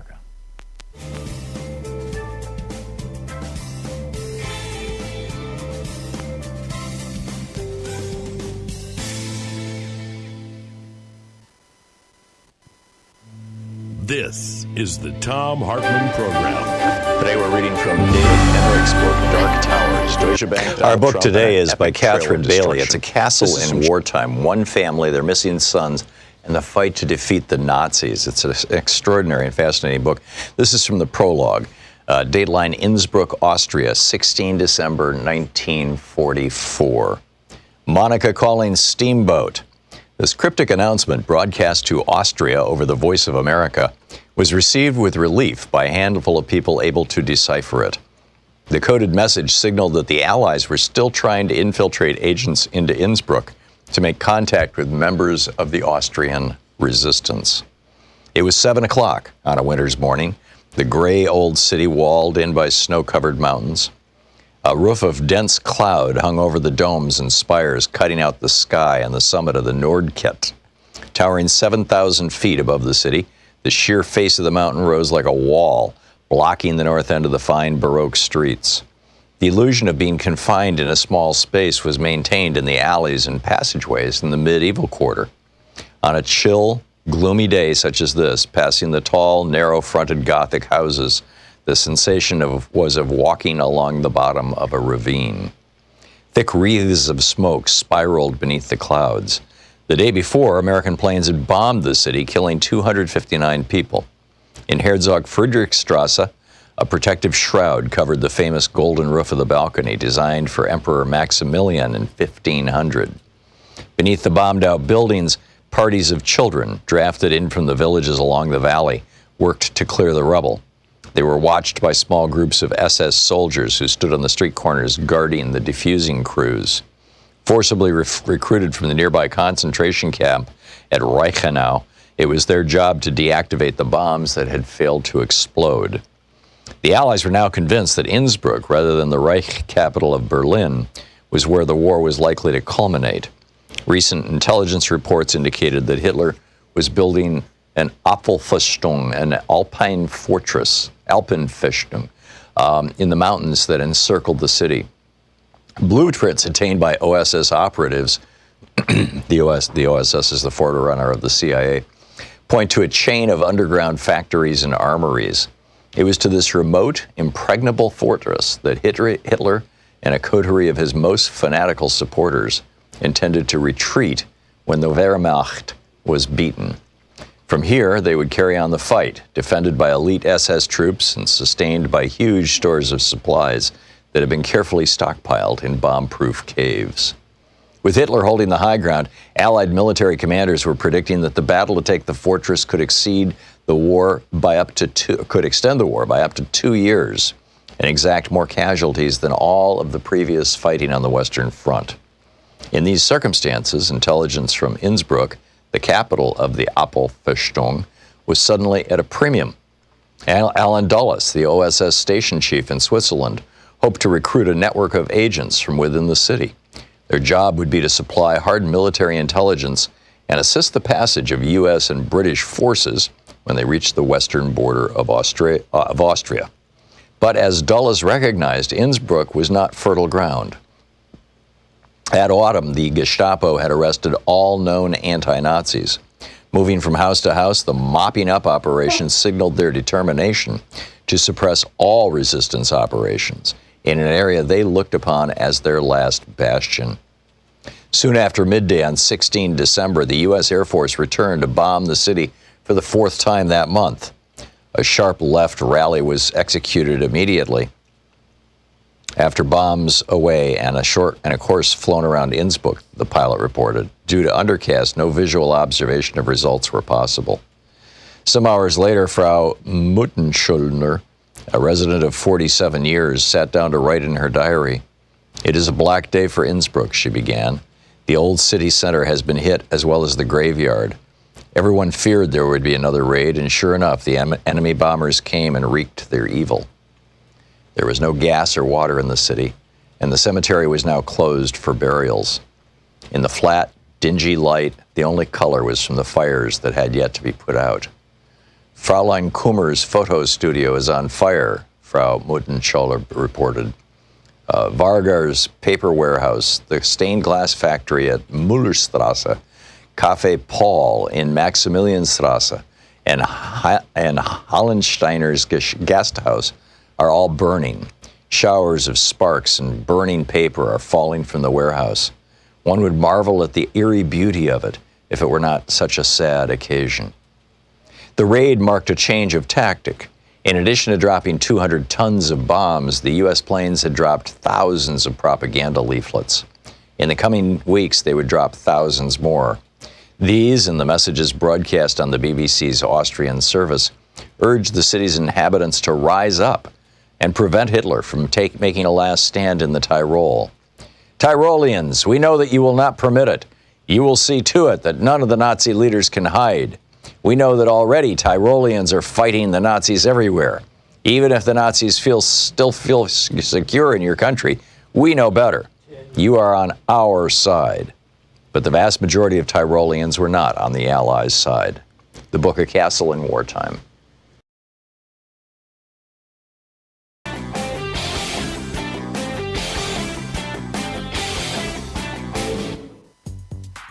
Coming up on this week's Science Revolution is Zach Corrigan with Food and Water Watch. Could another zoonotic pandemic be coming? Thomas Lindsay with the Center for Democratic and Environmental Rights is here on the rights of nature and how they may have kept Pennsylvania from industry harm.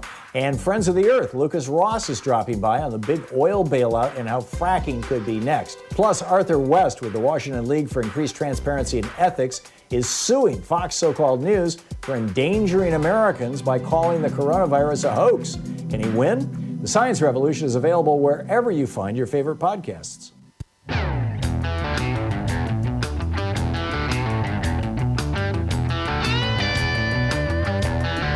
Welcome back. Thom Hartmann here with you.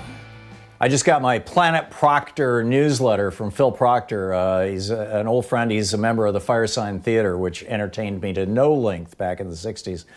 And they're still around. And he does this regular newsletter called Planet Proctor. And he writes in there, the American Medical Association has weighed in on Donald Trump's corona strategy.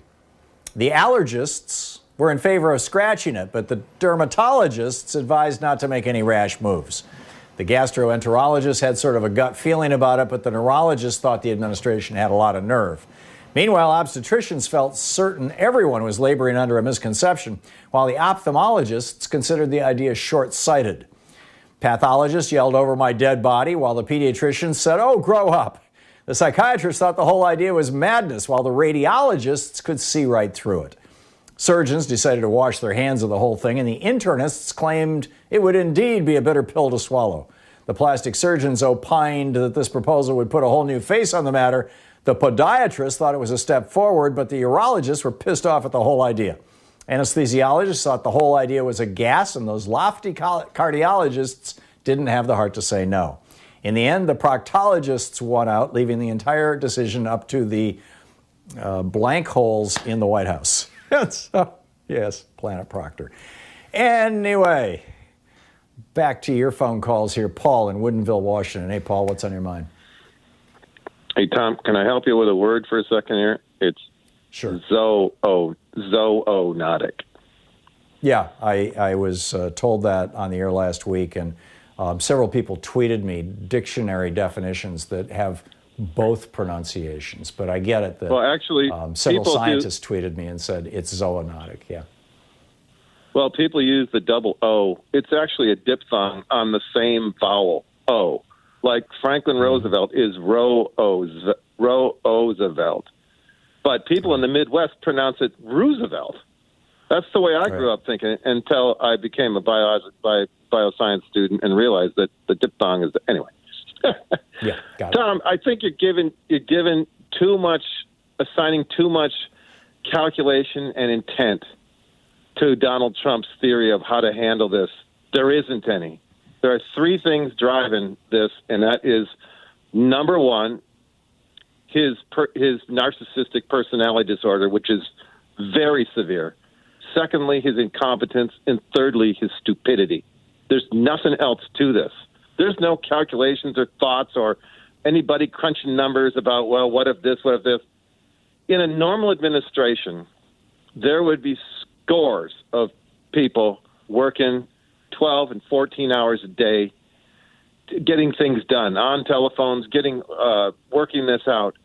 There are probably a half a dozen of his chump friends that talk with him. Well, and Jared and his brother-in-law, who's a doctor, who has a Facebook site, which is where Jared gathered the suggestions that Donald Trump passed out several weeks ago.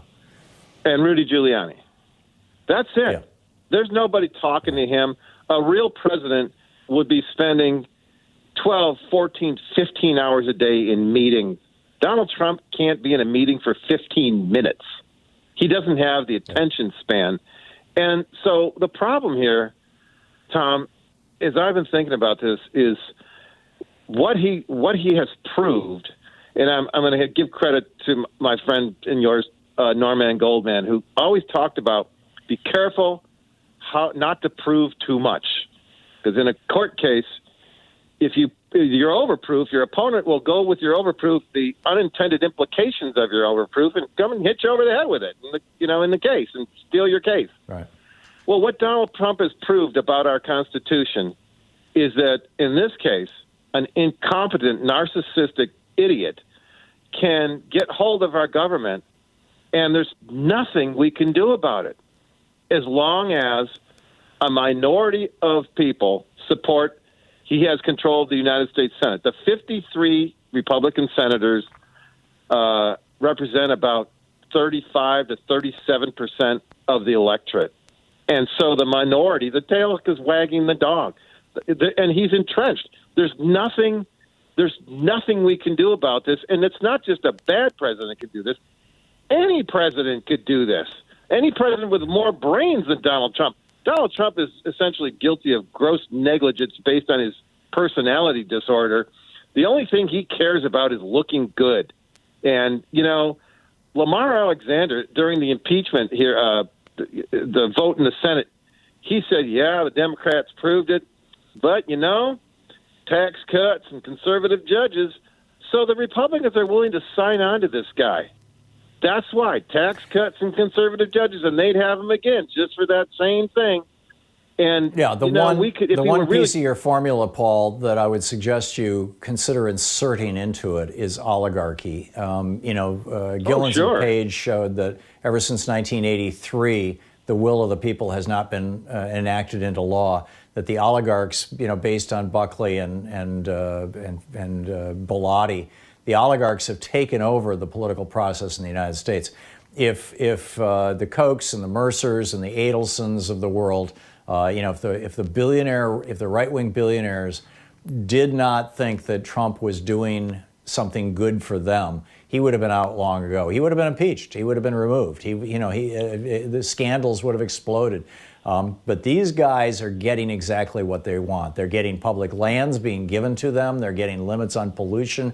They're getting limits on all kinds of federal regulation. They're getting ongoing limits on and attacks on unions, including the largest unionized employer in the United States, the post office. This is, in my opinion, more about oligarchy than it is about incompetence. He is their useful idiot, and they are using him. Absolutely. I totally agree with that. And the other thing about, I don't see how we're really in any, nothing can really change until we have a vaccine. And by the way, we could have a vaccine, not in a year to 18 months. We could have a vaccine in less than 6 months if it were part of the Defense Production Act. That the thing about the pharmaceutical industry, and it's all across the industry, the main thing, and I get this from a very close friend of mine who's in the industry, it's speed. It's a race. Pharmaceutical industry is a biochemistry race. And what's happening here, if it's not worth it, you look at a race. You wouldn't enter a race and spend a lot of money to get into it if there were 20 people in it, because you got a 5% chance to win. And if you spend a lot of money and the payoff isn't going to be very, so you have a few companies that make vaccines because it's a race, and the other ones who don't get the approval are losers. So if we commissioned everybody to work on it and everybody got paid, I guarantee you we'd have a vaccine quick, because the methodology for making a vaccine is, they know how to do this. They just have to. No, I get all that, Paul. Do you remember, though, back? I'm pretty sure this was during the Clinton administration in the 90s, but I could be wrong. There was a real rush to produce a vaccine for what was supposed to be a really, really nasty flu season, as I recall. And please correct my memory if I'm wrong on this. I mean, I haven't read an article about this in 20 years. But they rushed a vaccine to market, and the result of that, and they didn't realize it until after tens of millions of people had been vaccinated, was that a significant number of people, now it was way less than 1%, it was a small fraction, were getting this neurological disorder. I want to say it was Epstein-Barr, but that's the name of a virus. But a whole bunch of people got this neurological disorder that was sort of like Bell's palsy. Parts of their body were being paralyzed. And it was the result of that vaccine, because the vaccine had not been tested long enough on a large enough group of people. And that's what they're afraid. I vaguely remember that too. What was the syndrome that you were talking about, where a person thinks they're highly competent, but they're really not? I would refer to it I would refer to that to the Barney Fife syndrome. That's kind of what. Only this ain't funny. Barney Fife was funny. Donald Trump isn't. Barney Fife had a good heart, Paul. That's right. That's why he was funny. This guy's not funny. He's macabre and he's awful, and we're stuck with him, and with the possibility that he could be reinstalled. That's what the frightening part about where we are in this country is that, and Tom, let me just sum it up this way. Once again, a Republican administration ignores warnings of catastrophic threats to national security, tens of thousands killed, and the economy left in shambles. Can anybody think of another time when this happened? Exactly. And why do these people have any credibility at all? I'll never know. Yeah. Well, and I would say, the same thing was true. I mean, it wasn't ignoring national security, but the breathtaking incompetence, the failure to have foresight with George Herbert Walker Bush, with his little war in Iraq that was designed to get him reelected in 92. That was in 91, as I recall, that he had his little war. And that set up everything that has happened in the Middle East since then. I mean, that was the beginning of the end. Paul, thank you for the call. It's always good to hear from you. It's 45 minutes past the hour. We'll be back with more of your calls. What do you think about this whole social or contact tracing, rather? It's almost never discussed because it requires testing. You're listening to Thom Hartmann. Visit thomhartmann.com for audio and video archives. And unfortunately, because of Trump's incompetence, we don't have testing in the United States, or at least not widespread testing, not the kind that would be necessary to do contact tracing.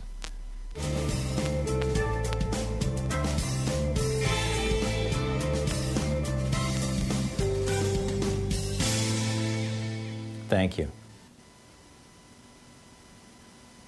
And welcome back. Sean says she thinks it was Guillain-Barré syndrome. That rings a bell for me. But, somebody will know or somebody will Google it eventually and we'll figure it out. Thomas in Madison, Wisconsin. Hey, Thomas, what's on your mind today? Hey, it's good to talk to you, Tom. Yeah, I'm talking about the virus. I live in the area north of Madison where very racist, and they think this is just a government conspiracy, and thousands of people die from the flu, and this is all it is. And also, when you're talking about the banks with the life insurance, Walmart does the same thing. Walmart's been doing that for a long time.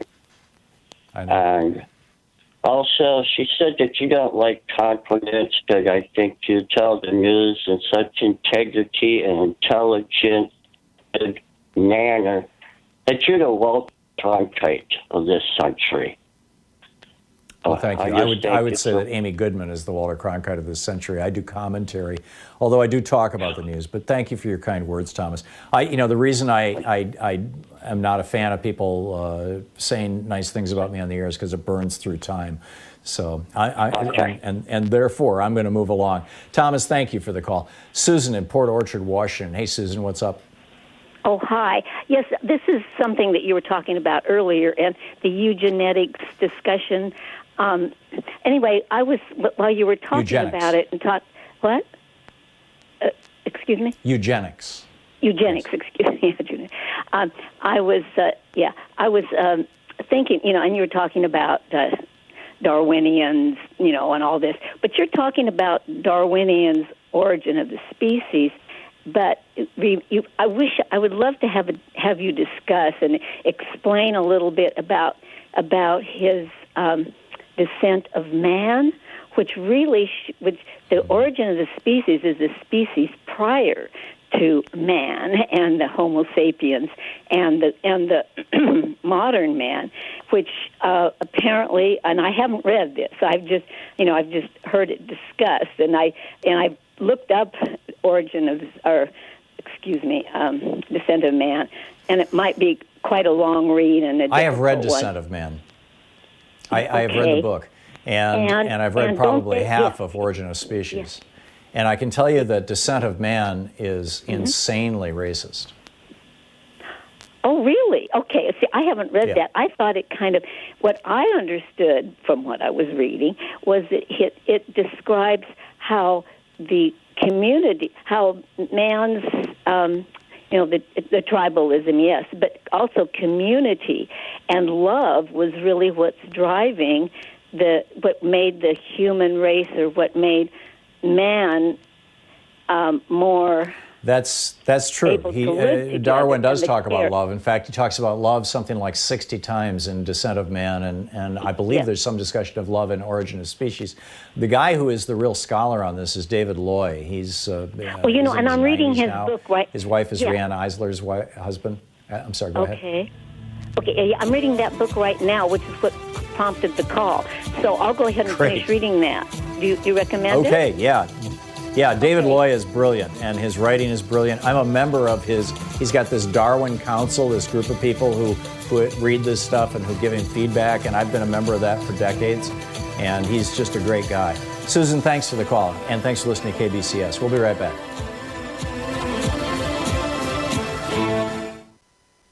Did you know that Ronald Reagan committed treason to become president in 1980, and George Herbert Walker Bush was in on it, and he avoided being prosecuted for this in 1992 with a little help from Bill Barr? It's on page 116 of my book, The Hidden History of the Supreme Court and the Betrayal of America.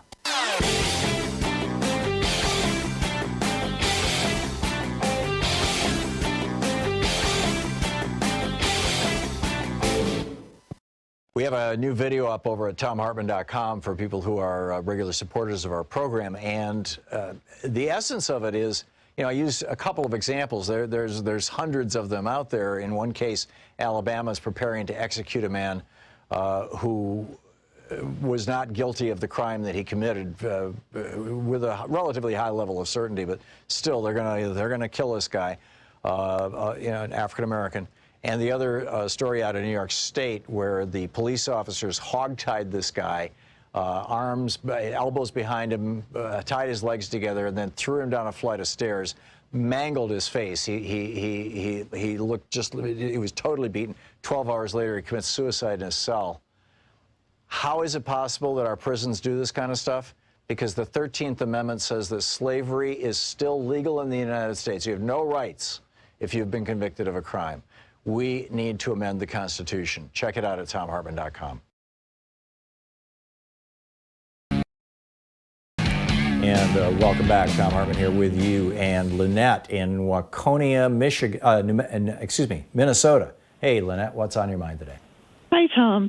Last Friday, you were talking about, you were saying, do I sound like a conspiracy theorist by saying, this coronavirus is a way for, people behind the scenes, and we know who those people are, to let people die off because, the corporate mindset really doesn't want older people, doesn't want people that are in line for Social Security, and wants young people to be able to exploit for their businesses. And it's not a conspiracy theory at all, Tom, because that is what the Republican policies are all about.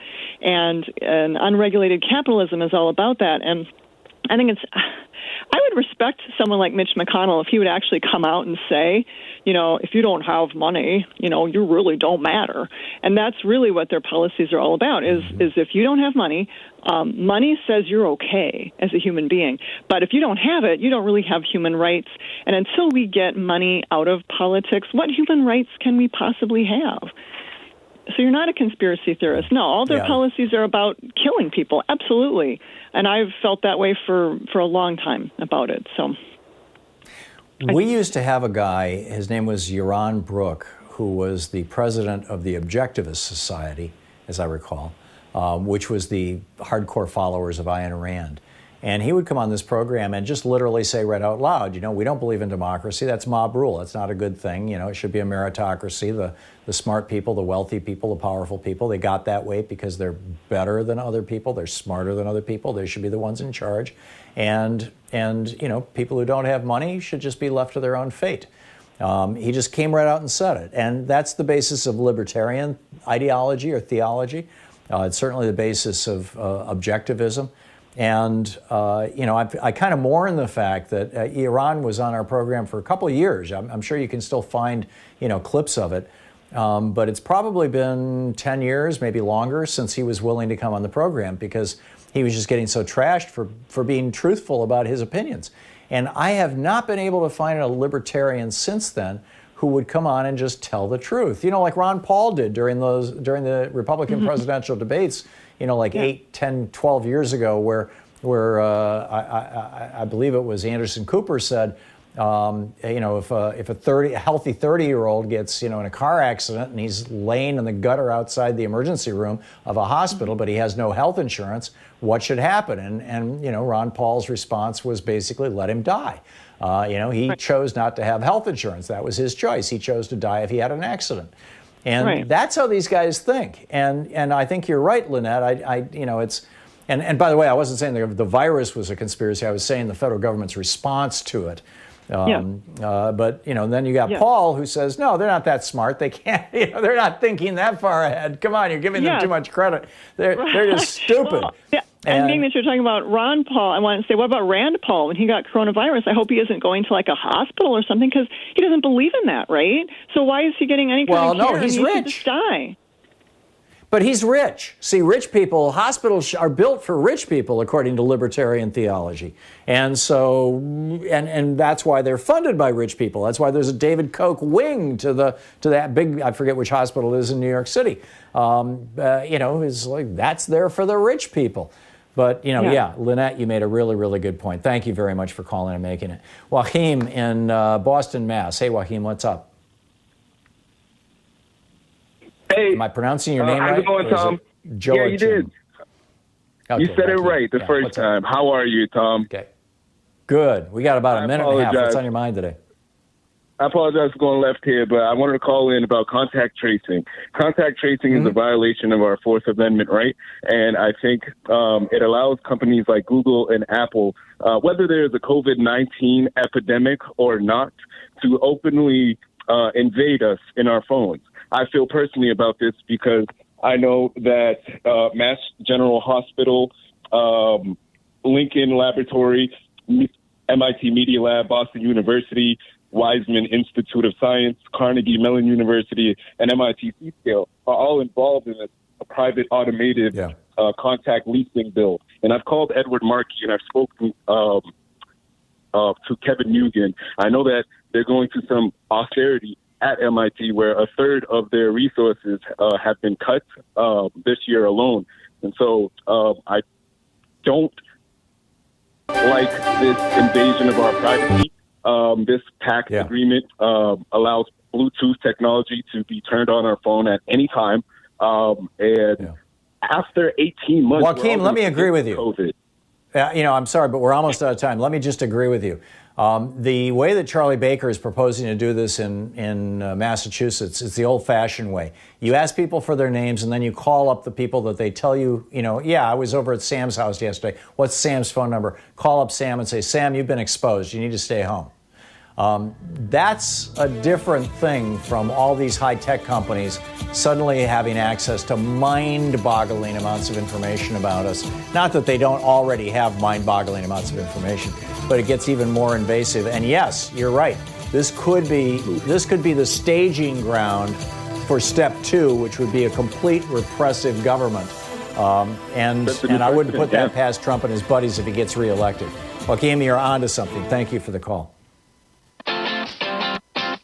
You're listening to Thom Hartmann.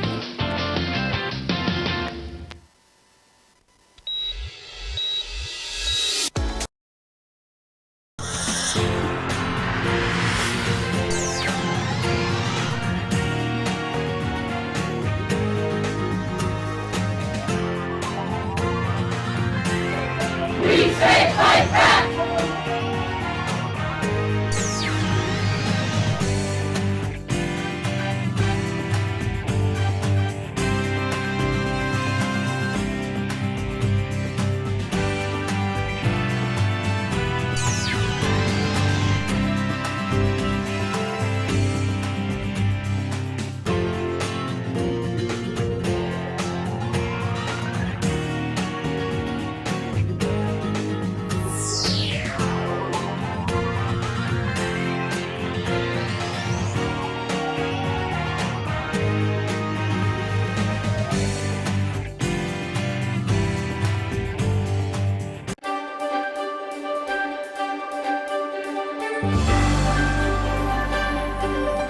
Our book today is My Life in the Black Party. The title is just another N-word, and it's by Field Marshal Don Cox, his life in the Black Panther Party. This is from Chapter 5, page 47. The chapter is titled, Use What You Got to Get What You Need. Before we entered into a direct relationship with the Panthers, our group had wanted to prove our worthiness by our actions. Since that was no longer in question, contact was made and a rendezvous fixed to meet at Huey's Pad on Telegraph Avenue in Oakland. I don't remember much about that first gathering, other than meeting David Hilliard, the Panther Party's chief of staff, for the first time. The only thing that stands out in my memory is a question from Huey as we were sipping coffee. He asked if I didn't think it better to be properly equipped before going into action. He suggested it was best to first rip off the necessary funds to get everything we needed in advance of launching a major effort. I had practically memorized his essay, The Correct Handling of a Revolution, in which he spoke of teaching by example. And so I blurted out the first thing that came to mind, which was, use what you got to get what you need. After a long, hot summer of 1967, with the rebellions in Newark, Detroit, and elsewhere, we felt that our preparations had, at least, put us on the same level as the rest of the country, and that the revolution would not pass us by. Our San Francisco group started attending and participating in any and all functions relevant to black people. And we tried to let everyone in our area, and we tried to get to know everyone in our area associated with the struggle. We also continued our community meetings. News of the death of Che Guevara in October of that year had us walking around in a stupor for a while, and although that came as a severe blow to the international struggle for freedom and justice of all people, we were proud to be among those who had responded to his battle cry and had picked up the fallen arms. Huey asked if we would conduct a meeting on Hunter's Point for him. He was supposed to go, but something had come up and he couldn't make it. We were honored that he thought enough of us to ask, and we were more than enthusiastic to do whatever he wanted. It was at that meeting that we had a new, surprising experience. We met our first resistance in the form of Adam Rogers.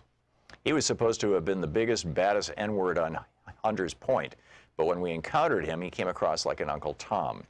He seemed to be impressed with our firearms demonstration, but he was violently against the idea of black people arming themselves for self-defense.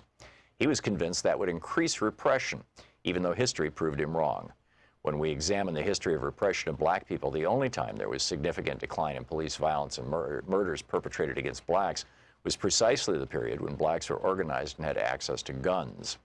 Given the wave of terror and violence against blacks that continues to sweep the country, I truly believe there is a lesson to be learned from that fact.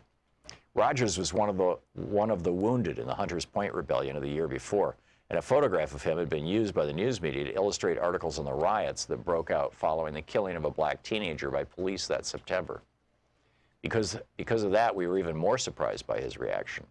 It was not until later that we discovered that the administration of San Francisco Mayor Joseph Alito had sent in money after the rebellion and had bought off the so-called bad N-words. The same technique was used from coast to coast. Despite Rogers, most everyone seemed to like what we had to say and really related to the firearms demonstration. Several people wanted to take courses in handling weapons, and so I fixed a rendezvous for the following Saturday at the parking lot of the abandoned shopping center right on top of Hunters Point. The next day I arrived at the point at 7 in the morning in order to get set up before people began to gather. There wasn't going to be any target practice, but I would be firing a few shots in the air by way of demonstration. I knew that would pose no problem as far as the police were concerned. Due to their racism, whenever they heard shots on the point, they generally looked the other way. Once, during a dispute between two gangs, shooting broke out, and instead of police coming in to break it up, they sealed off the area and let them shoot it out. Gun battle lasted 24 hours, and the police didn't return until the next day.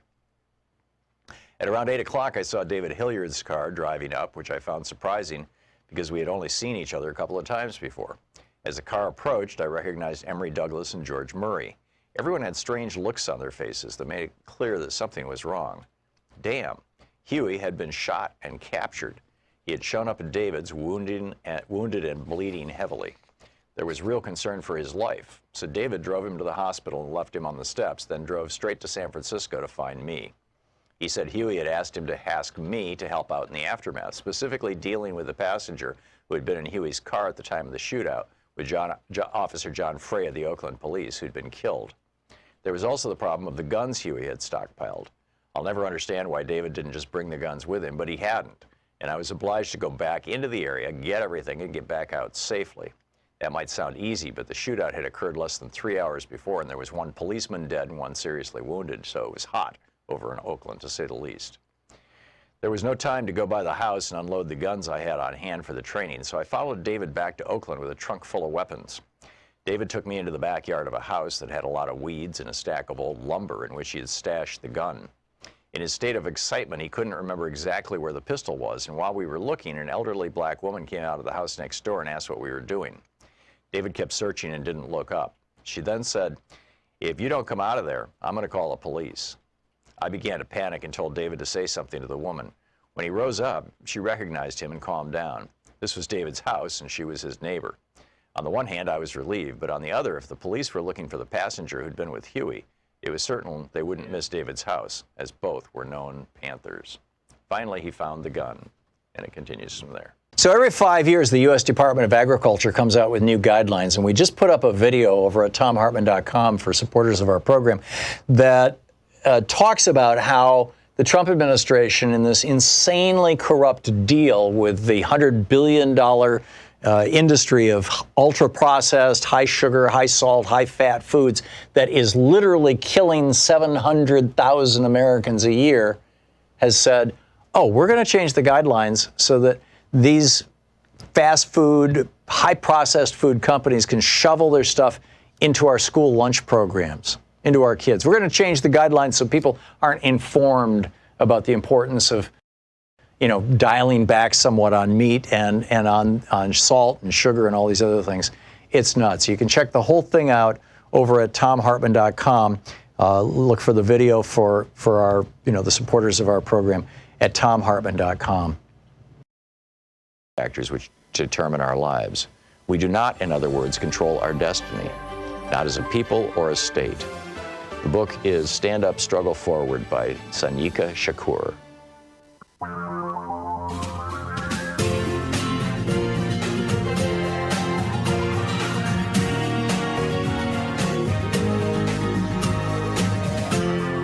This is the Thom Hartmann Program. Welcome back. Thom Hartmann here with you live from Shelter-in-Place, Portland. I mentioned Gavin Newsom earlier, the governor of California. This guy is kicking it out of the park. In part, he's getting some props for what San Francisco did. They were the early adopter in basically shutting down the Bay Area. But this now, statewide, he's referring to California now as a nation state. He just tweeted out, California's 500 ventilators will begin to ship out today. I'm assuming they have more than 500, but he's designated 500 to ship out. 100 are going to New York State, 100 are going to New Jersey, 100 are going to Illinois, 50 are going to Maryland, D.C., Delaware, and Nevada. He says that we are committed to the health of every Californian, practicing our duty as Americans to take care of one another. I know other states would do the same, presumably meaning to suggest if they could. And so, there you have it. And Charlie Baker has started his robust coronavirus testing program, or will be starting it at the end of this week in Massachusetts. And if you don't understand those three steps or those three ways or three whatever that I was talking about, feel free to give us a call and we can dig into it a little more. I didn't get much pushback from it, so I'm assuming that what I was saying was fairly clear. The Pope over the weekend, Louise and I, in addition to making quarantinis, we listened to Andrea Bocelli, who did just that was an amazing performance that he had, and also, excuse me, hang on just a second, I'm getting some sort of weird static in my IFB, and also the Pope gave his address over the weekend, and he called for a universal basic income, basically to end poverty, to make sure that everybody has enough money to get by. There's certainly enough money in the world for a universal basic income, literally for all 7 billion of us. There's enough food in the world for everybody. But, we have famines and we have poverty because there are some people who want to have as much as they possibly can, more. Oh, $1 billion isn't enough, I want 5 billion. 5 isn't enough, I want 10 billion. 10 billion, a million isn't enough, I want 10 million. 10 million isn't enough, I want 100 million. And on it goes. But the Pope said enough. No. It's getting no coverage, but, there it is. Meanwhile, Michelle Obama has come out and said we need to have absentee voting or vote by mail in every state. You'll recall Ron Wyden 3 weeks ago, as I recall, was on this program. It was back when I was doing the show from the studio, so it had to be at least 3 weeks ago, maybe 4.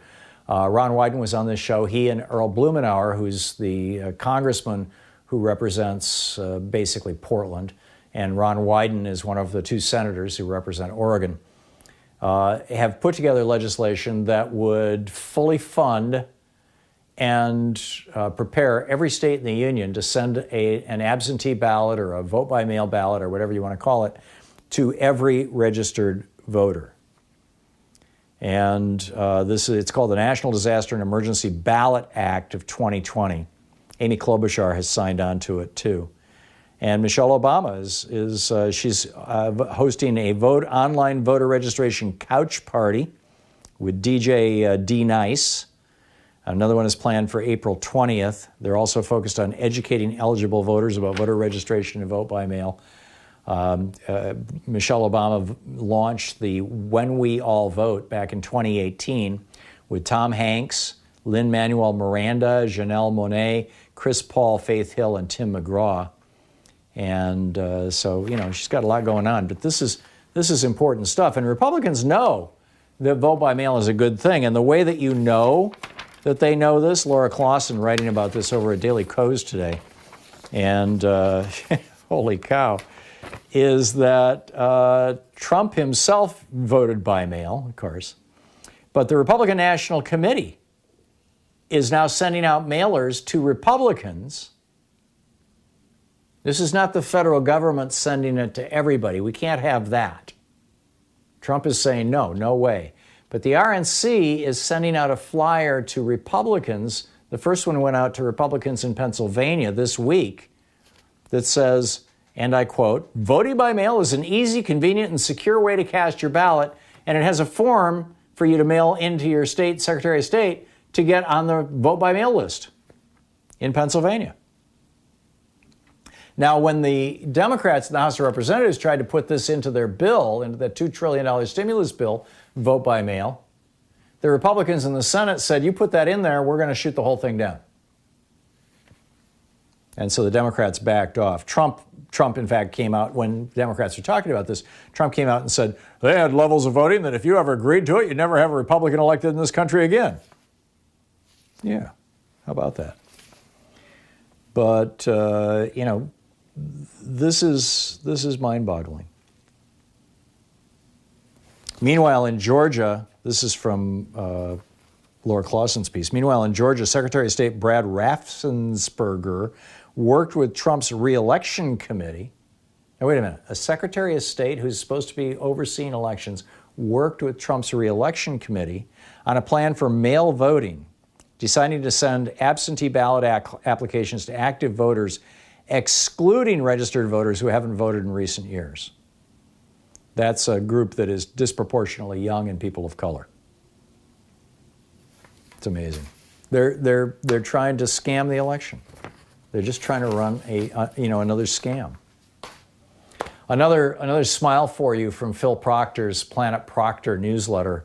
Phil Proctor, the Firesign Theater. Remember, we went from Standard Time to Daylight Savings Time just like about a month ago. We were all complaining about it. It was a major topic on this show. So Phil Proctor says, I don't think anyone expected that when we changed the clocks, we'd go from Standard Time to the Twilight Zone. And then he goes on to say, this morning I saw a neighbor talking to her cat, whom she obviously thought understood her. I came into my house and told my dog. He laughed till he peed. And then he goes on to say, my body has absorbed so much soap and disinfectant lately that when I pee, it cleans the toilet. Saw a classified ad today. Single man with toilet paper seeks woman with hand sanitizer for good, clean fun. Boom. Okay. I get it. Enough of that. But back to vote by mail. On this whole issue of vote by mail, Donald Trump, has a clear issue, a clear position. He's made it clear he doesn't want vote by mail. He says that that's going to cause Democrats to get elected.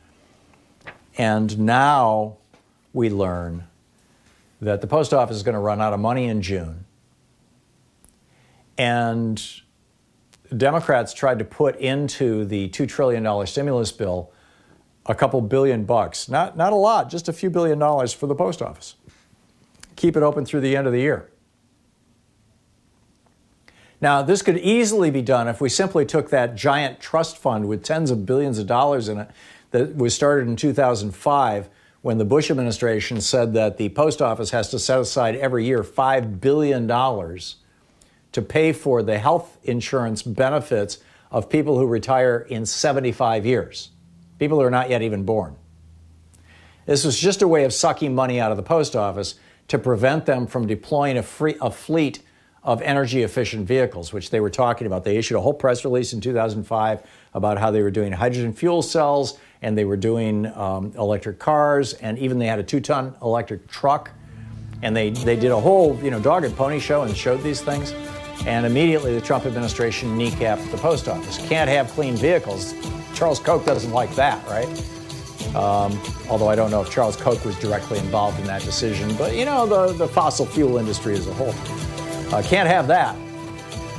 So now we learn that when the Democrats tried to bail out the post office so we could have vote by mail this fall, Trump himself said no.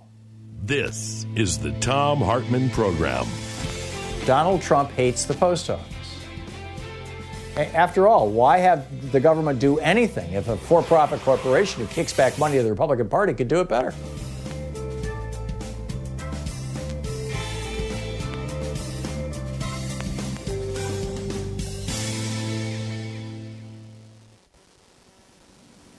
And in their mind, they would say that, FedEx could do it better. Actually, they don't. No for-profit company is going to do better than the post office. And, I need to restate that when we come back from the break as well. So, boy, what a lot of stuff going on here today. Terry in Ventura, California. Hey, Terry, what's on your mind today? Morning, Tom. Hey, I like those 2 jokes you just said. We need it. Tom, my theme is how to lance the Trump boil, okay? Some ideas came out of the various journalists this past week. Friedman was one, a point of Veep. My point is I think we need more than that. First of all, we need to pressure not Biden, but Tom Perez to really come up with a decent a campaign strategy, because Biden doesn't seem to be listening. I think you suggested Biden should be hanging out at the basement of the DNC, undoing the Trump agenda presented every day in his press conferences. But my point, the other journalist I thought was interesting, Biden should select a whole cabinet, or at least a part thereof. My point is, what happens? Trump gets, 90 minutes, and maybe the press interviews the speaker for 90 seconds, okay? And that isn't the way to get an alternative message out. If we could somehow improvise with a shadow cabinet like they have in other countries, you would have you would have a series of authorities that, okay, Wilbur Ross said this. How do you counter what he's really doing? I forget which journalist the shadow it was. cabinet, the shadow commerce secretary would rebut it. Yeah. Yeah, if we had a shadow cabinet, if we could find a way to improvise such, when Trump comes out with a policy, we would have our own government in waiting to counter it. Does that not sound like a good idea? It ain't rocket science. It does, and I've been arguing for this for a long time. I think the 2 things that Joe Biden needs to do right now is he needs to announce his vice presidential nominee, and he needs to announce his cabinet. And those cabinet members need to start acting like a shadow cabinet does in other countries. And they need to start doing lots and lots of dog and pony shows, lots and lots of presentations on the road and things like that. And thank you for the call. And the vice president needs to be on the road, as it were, metaphorically. Denise in Eagle Bend, Minnesota. Hey, Denise, what's up? Hey, Tom. I have a question for you. So the federal government does not want to subsidize the Postal Service anymore. And they haven't actually given them any money since 2006. Couldn't the individual states go in and say, hey, we want to save the Postal Service and put money into that state's Postal Service? No, because the Postal Service is an entirely federal agency. There's no state breakout of it. It's nationwide, and you would have to have all states in on it, and you would probably have red states not in on it. So, no, this is one of those few things. This is why it's in the Constitution. It's in Article 1, Section 8 of the Constitution. The Congress can authorize money for postal roads and the post office to promote commerce. This is just... They're just trying to privatize the post office. They've been trying to do it since Reagan. And no, the post office hasn't taken federal money in decades. We'll be back. Our 1-hour free podcast recaps our show, and it's available wherever fine podcasts are found. And we have the full 3-hour podcast available over at thomhartmann.com if you want to really support our program.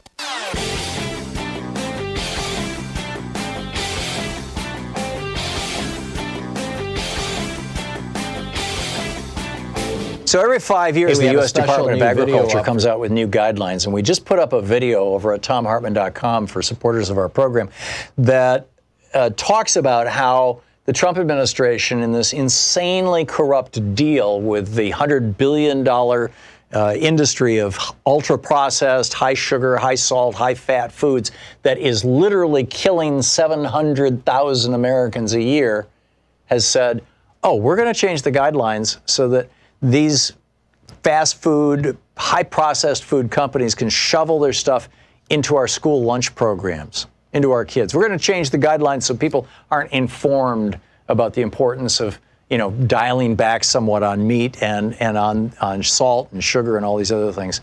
It's nuts. You can check the whole thing out over at thomhartmann.com.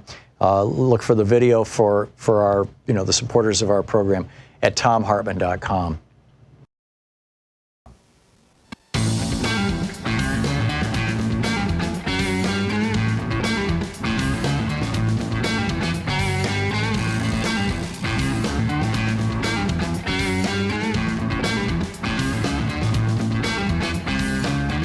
Welcome back. Thom Hartmann here with you. And wow, lots going on today. Donald Trump trying to kill the post office. Trying to kill the post office. It's just mind-boggling. Harold in Crane, Missouri. Hey, Harold, what's on your mind today? Hey, I waited a long time to get to talk to you. Earlier, they were talking about a conspiracy thing, and I totally agree. It's a conspiracy. It's a conspiracy against me. They wanted to get rid of me because I've already been drawing Social Security for the best part of 40 years. I started doing it at 62. Really? You're in your 90s? I'm 97. You're 97. Pushing 98. I used to be in the Army Air Corps World War II. But in any event, it's to get rid of me because they don't want to spend another $500,000 in Social Security benefits. Right. I think you may be onto something, Harold. I think you may well be onto something. I think generally speaking, they are thinking, yeah, the old people are the most expensive. This is the Trump plan to solve the solvency crisis of Social Security, to quote the Republican meme, which is, just kill off a bunch of old people. Oh, I wouldn't be. Harold, thanks. And wait a minute, don't go away. Harold, thanks. Okay. I want you, since you have access to a microphone, to encourage all Democrats to get out and vote like a Republican. Republicans always vote, and they always vote Republican, and Democrats have to do the same thing. Come on. Yes. Very, very well said. And right now we know that the RNC is actually mailing vote-by-mail applications to people in various states. They started with Pennsylvania. The Democratic Party needs to be doing the exact same thing. Harold, it's great to hear from you, and thanks for the call. It's marvelous. 97, amazing. That's great. Randall in Minneapolis. Hey, Randall, thanks for listening to AM 950. What's up? Thanks, Dr. Hartmann.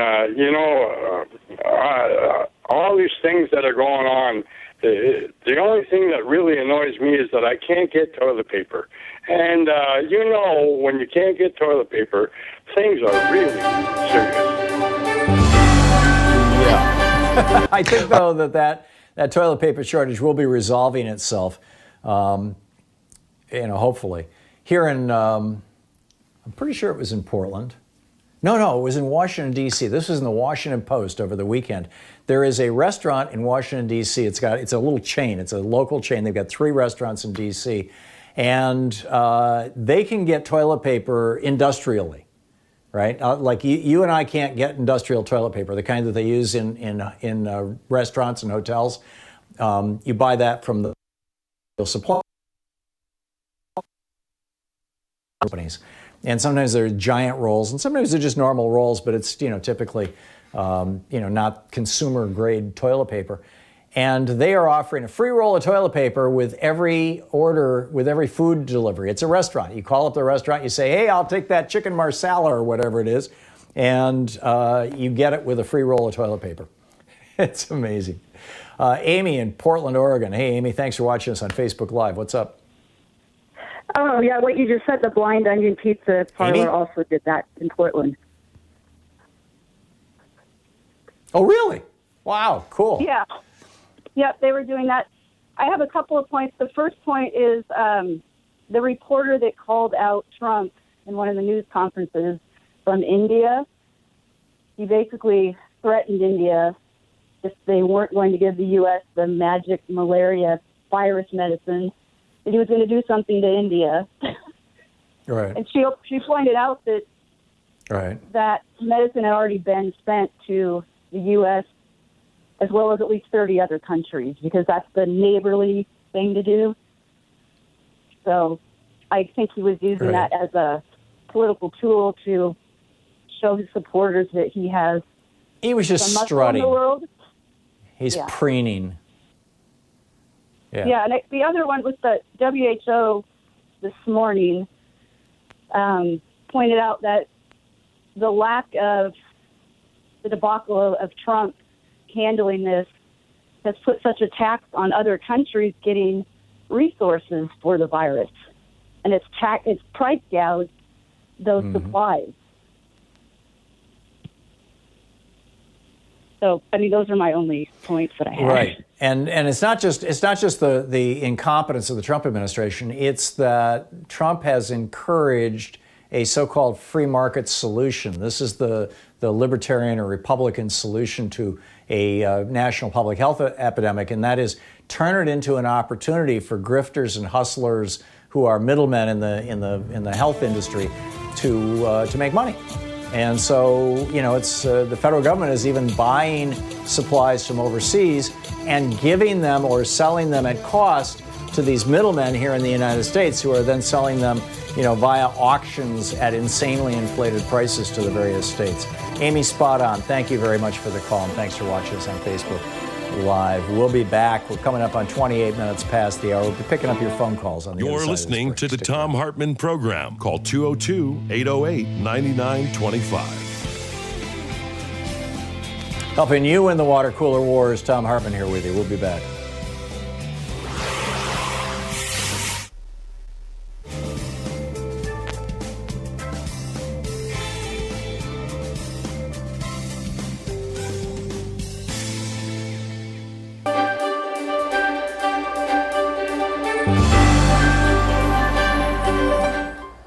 Reading today from Tailspin, The People and Forces Behind America's 50-Year Fall and Those Fighting to Reverse It by Stephen Brill.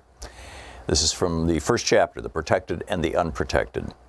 Is the world's greatest democracy and economy broken?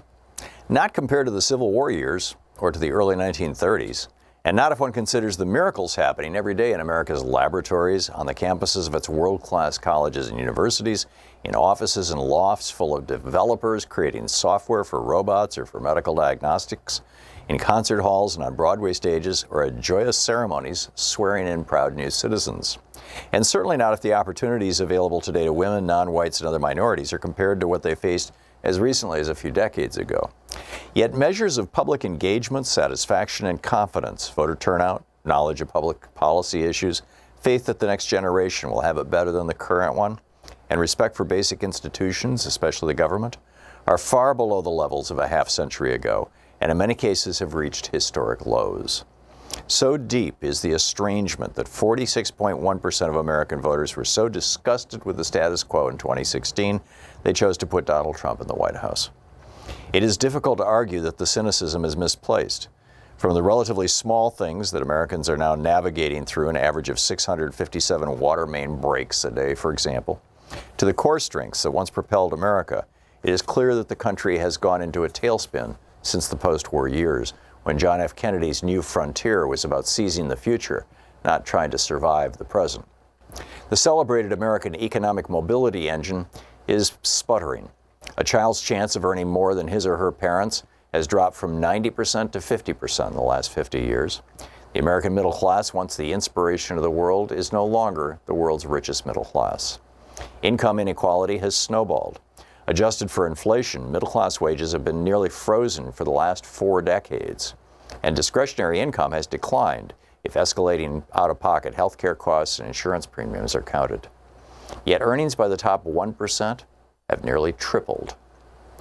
The recovery from the crash of 2008, which saw banks and bankers bailed out while millions lost their homes, savings, and jobs, was reserved almost exclusively for the top 1%.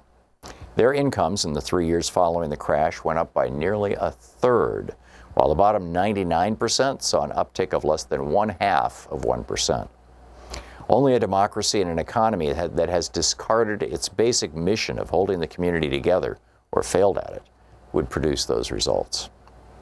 Most Americans with average incomes have been left largely to fend for themselves, often at jobs where automation, outsourcing, the near vanishing of union protections, and the boss's obsession with squeezing out every penny of short-term profit have eroded any sense of security. Self-inflicted deaths from opioid and other drug abuse, alcoholism, and suicide are at record highs, so much so that the country's average life expectancy has been falling despite medical advances. Household debt in 2017 had grown higher than the peak reached in 2007 before the crash, with student and automobile loans having edged toward mortgages as the top claims on family paychecks. The world's richest country continues to have the highest poverty rate among the 35 nations of the OECD, except for Mexico. It is tied in second to last place with Israel, Chile, and Turkey. Nearly 1 in 5 of America's children live in households that the government classifies as food insecure, meaning they are without, quote, access to enough food for an active, healthy life, end quote. Beyond that, few of the basic services seem to work as they should. America's airports are an embarrassment, and a modern air traffic control system is 25 years behind schedule. The power grid, roads and rails are crumbling, pushing the United States far down international rankings for infrastructure quality. Despite spending more on healthcare and K-12 education per capita than any other developed country, healthcare outcomes and student achievement also rank in the middle or worse internationally. The U.S. has the highest infant mortality rate and lowest life expectancy among its peer countries. And among the 35 OECD countries, American children rank 30th in math proficiency and 19th in science. American politicians talk about American exceptionalism so habitually that it should have its own key in their speechwriter's laptop. Is this the exceptionalism they have in mind? The operative word to describe the performance of our lawmakers in Washington, D.C., responsible for guiding what is supposed to be the world's greatest democracy, is pathetic. Congress has not passed a comprehensive budget since 1994. Like slacker school children unable to produce a book report on time, the country's elected leaders have fallen back instead on an endless string of last-minute deadline extensions and piecemeal appropriations. Legislation to deal with big long-term challenges like climate change, the mounting national debt, or job displacement are pipe dreams. It is as if the great breakthroughs of the past, marked by bipartisan signing ceremonies in the White House, the establishment of the Federal Trade Commission, Social Security, interstate highways, the Food and Drug Administration, Medicare, civil rights legislation, the EPA, are part of some other country's history. There are more than 20 registered lobbyists for every member of Congress. Most are deployed to block anything that would tax, regulate, or otherwise threaten a deep-pocketed client. Money has come to dominate everything so completely that we send to Washington, well, it continues. You get where it's going. Tailspin by Stephen Brill.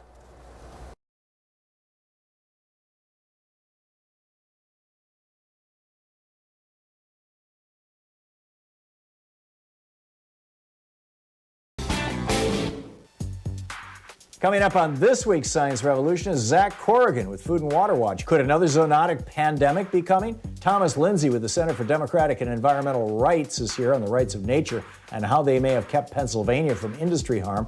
And Friends of the Earth, Lucas Ross is dropping by on the big oil bailout and how fracking could be next. Plus, Arthur West with the Washington League for Increased Transparency and Ethics is suing Fox So-Called News for endangering Americans by calling the coronavirus a hoax. Can he win? The Science Revolution is available wherever you find your favorite podcasts.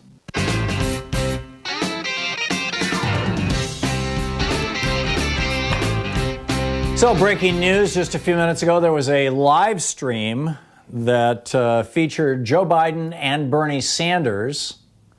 And Bernie said, and I quote, "Today I am asking all Americans, I'm asking every Democrat, I'm asking every independent, I'm asking a lot of Republicans to come together to support your candidacy, Joe Biden, which I endorse." That was Bernie Sanders this morning, just a little bit ago. And Biden replied by saying, "If I am the nominee, which it looks like you just made me, I'm going to need you, Bernie, not just to win the campaign, but to govern." Cool. And there might be good news on vaccines, by the way, for the coronavirus. This I saw the link over at Democratic Underground, but this is from the University of Pittsburgh, their School of Health Sciences. And they just announced a potential vaccine against the SARS-CoV-2, in other words, the COVID-19 coronavirus. When tested in mice delivered through a fingertip-sized patch, it produces antibodies specific to the SARS at quantities thought to be sufficient for neutralizing the virus. And the way they're doing it, the patch is a little tiny square thing that's got 400 needles in it that are just little tiny things, right? It would look like fur, but the little needles are actually made out of sugar crystals that are embedded with pieces of protein from the virus, not the entire virus, but this would be called a killed virus. Protein from the virus, and you put it on like a Band-Aid, and these little 400 needles puncture your skin, and the skin is where you get the strongest immune response. And the skin and that 400 needles with the little bits of virus in it is enough to produce this response. And the reason that they were able to do this so quickly is that they started on this with SARS in 2003 and then with MERS in 2014. And they said these two viruses, which are closely related, teach us that a particular protein called a spike protein is important for inducing immunity in the virus, and we knew exactly where to fight this new virus. So they were ahead of the game. Might be great news. Might be great news. Because you'll recall when I was talking about the three ways you can either have the virus just burn through the population, kill off a bunch of people, get it over with and done with, and now you've got an immune population, number one, which is going to happen in a lot of poor countries whether they want it to or not. And was the original plan for the United Kingdom, which is why they've got over 10,000 deaths on Boris Johnson's watch, and appears to be the plan, Donald Trump's plan for America, particularly if he wants to open us back up in 2 weeks. So number one, burn through the population. Number two, slowly burn through the population, and that is called mitigation. We're still not talking confinement or containment. Mitigation, which means burn through the population, yes, but do it slowly enough that you don't overwhelm the hospital capacity. You don't have, huge stacks of bodies this week and then everybody's immune next week, obviously truncating the time periods here. Because those huge stacks of bodies are conspicuous. Instead, spread those bodies over a year.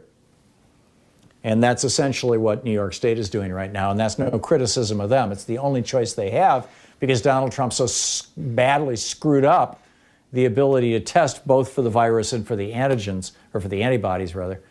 The virus is the antigen. And then, the third strategy, which is containment using extensive testing and contact tracing. And contact tracing, of course, as Joaquin pointed out, can be done in ways that radically violate our Fourth Amendment rights, that just eviscerate the right to privacy, or not. And we'll see what happens with the Massachusetts experiment. But for the second and third strategy, if you can throw a vaccine in there for the virus, then both of them become strategies that not only bought time and not only protected vulnerable populations, but also may allow those vulnerable populations to come out of their hidey holes, which would be, in my opinion, a good thing. It's just definitely a good thing. Alan in Tualatin, Oregon. Hey, Alan, what's on your mind today? Well, I was a retired postal operations specialist for the Portland district here. I'm retired, and we're talking about the post office being taken over. Stupidest thing that anybody could ever do is to buy it, because the varying degrees of experience and even intelligence in the postal service, it just wouldn't work. If there's somebody bought it and owned all of it, they wouldn't be able to control it. The postage would be out of the sky. I mean, they would just, Well, the post office has been operating at a profit since the early 2000s, Alan. It's that, 30, 40 billion of that profit has had to be stuck in this damn trust fund for people who retire 75 years from now. That was a bad one. I know years ago, too, I think it was in the Reagan administration, they changed our civil service retirement to a federal employees retirement system, which is based on the stock market. And we were able to vote. My wife and I both worked there, and we did not go for the new deal. And now we've been on retirement now for about 30 years. And we should be very we clear, know it's though, going to Alan. be There there are every two time. reasons. Yeah, there are two reasons why the Republicans hate the post office. Three reasons. Number one, it proves that the federal government can do something right. Number two, it's the largest unionized workforce in the United States. And number three, if the post office goes away, people are still going to need things delivered to their homes, and that's a profit opportunity for companies like UPS and FedEx that have the ability to donate large amounts of money to the Republican Party. And that's what's going on, and that's what's been going on for a long time. Alan, thanks for sharing your experience with us as a postal employee. Ron in Austin, Texas. Hey, Ron, what's on your mind today? Hey, Tom. On the topic of national vote by mail, did I hear you say about 30 minutes ago that the Democrats backed down? Yes, they did. Can you tell us more about who that was and why, so we can not jump off a bridge? Well, this was when the bill was being put together in the Senate, and actually, when it was first put together in the House, the Republicans were all full of bluster about this, and I'm sorry I don't have individual names, but basically the Democrats, Pelosi and Schumer figured we'll fight this battle later. Ron Wyden, no, maybe it's not Wyden, but there's already standalone legislation which has passed the House of Representatives to do away with that 2005 or 2006 law that forces the post office to set aside billions of dollars and gives them access to those billions that are right now sitting in a bank in New York or something. And but this is going to come up again because we've got to have vote by mail. So I'm not despairing. I am trying to inform people and get them righteously pissed off so that they will start talking to their representatives. The number, if you want to talk to your representative, 202-224-3121. Mark in Sauk City, Wisconsin. Hey, Mark, what's up? Well, number one, here in Herald, the Democrats have to have an ad with that guy on it because I think he'd deliver a powerful message for Democrats. Here we got a 97-year-old, going to be 98-year-old veteran that's willing to speak up for democracy. And the original reason I called it is you're talking about Ayn Rand's theology, and it has become a true theology because a lot of the Christian churches now have, I shouldn't say a lot, but a spectrum of Christian churches have adopted her philosophy as incorporated into their own, Calvinistic, the gospel of prosperity nonsense that that would have horrified Jesus. Because these guys, that Ayn Rand had absolute contempt for Christianity, absolute contempt for democracy. Right. I mean, and she's part of the whole thing. Is these guys have adopted her, and I've brought it up before, that these guys are, as Hamilton closed out in Federalist 85, they're enemies of the Republic. I mean, they're powerful individuals, and they're simply enemies of our national government. And the national government of the United States is we the people. I mean, that we the people, and it was dedicated to actually for the general welfare. Right now, it's they, the oligarchs, sadly, Mark. Right. But it should be we right, the people. But what happens and the Supreme Court when set that up? That's okay. Yeah, what happens when the people in this country rise up like they did in France during their revolution? And I mean, there was nothing glorious about that revolution. It was a bloody mess. That I can. I don't think you're going to see a violent uprising in the United States, Mark. I think that what you're going to see this fall is an uprising at the ballot box, and it's going to sweep the Republicans out, and it's going to sweep Trump out. My concern is that the Republicans will succeed in kneecapping that effort. But we'll see. Mark, thank you for the call. Spot on. It's 45 minutes past the hour. It's the Thom Hartmann Program, your media support group for we the people, at least those among the sane of us who are left. We'll be right back. You're listening to Thom Hartmann. Visit ThomHartmann.com for audio and video archives. And check out our quarantini recipe. It's over on Twitter. We'll see you in a minute. Stick around.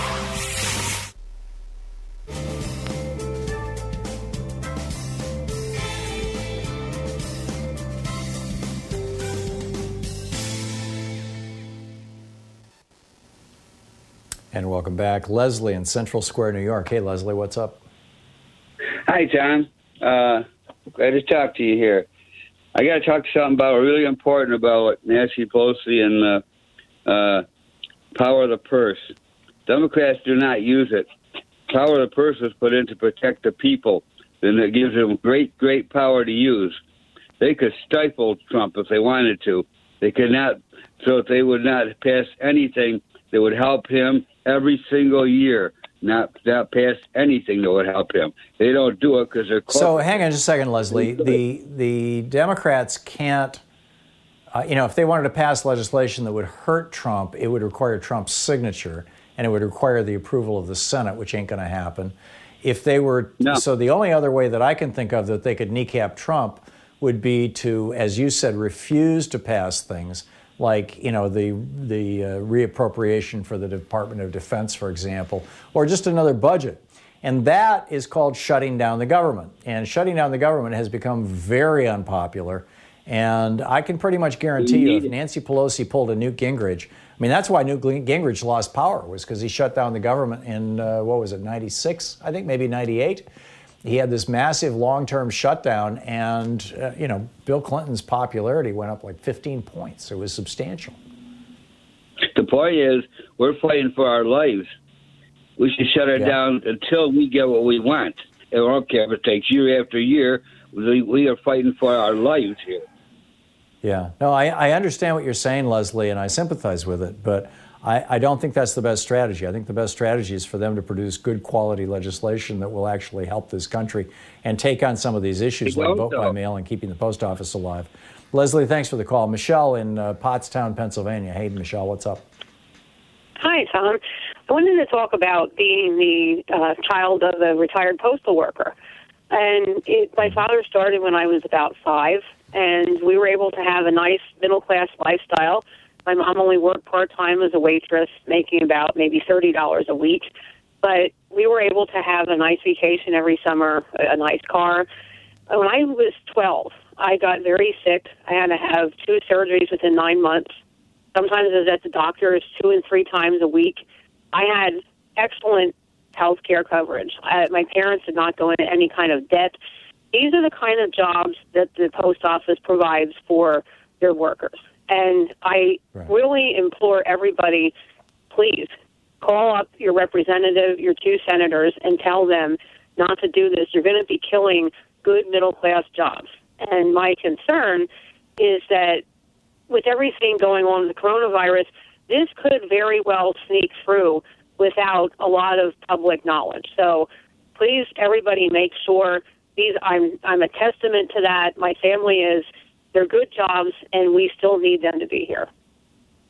Yeah, very well said, and I completely agree with you. And this is, the post office, Ben Franklin was our first postmaster general, or actually, I'm not sure he was the first postmaster general, but he basically created the post office back in Philadelphia in the 1760s. Maybe it was the 1750s.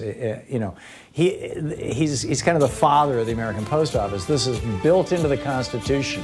It's an institution that has survived the Revolutionary War, the Civil War, World War I, World War II, the British, it just goes on and on. You're absolutely right, Michelle. And it's also, as I said earlier, the largest unionized workforce in the United States is the post office. And that's the main reason why the Republicans want to destroy it. We'll be back.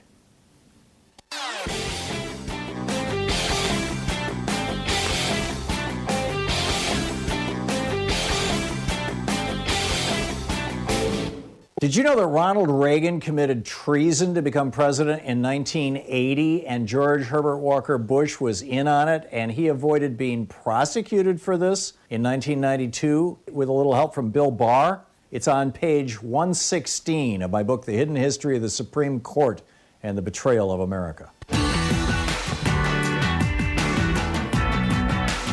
Welcome back. 10 minutes before the hour. Thom Hartmann here with you. Gene in Clover, South Carolina. Hey, Gene, what's on your mind today? Yeah, I believe it was the Guardian, and I could be mistaken, but I was reading our health insurance premiums could go up to 40%. Yeah, that's been reported right across the media widely because There's a couple of reasons for it. Number one, there are a lot of health expenses associated with getting sick with coronavirus.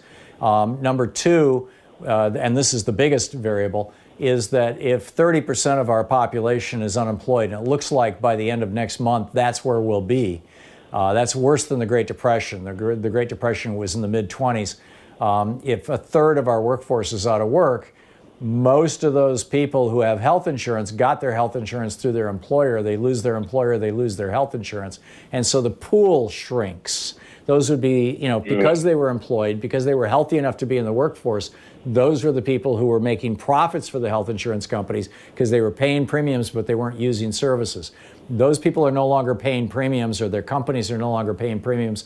So as the pool shrinks, the cost to insure the people who remain in the pool goes up. And yes, the reasonable projections are that we're going to see right across the board 40% increases in health insurance premiums next year.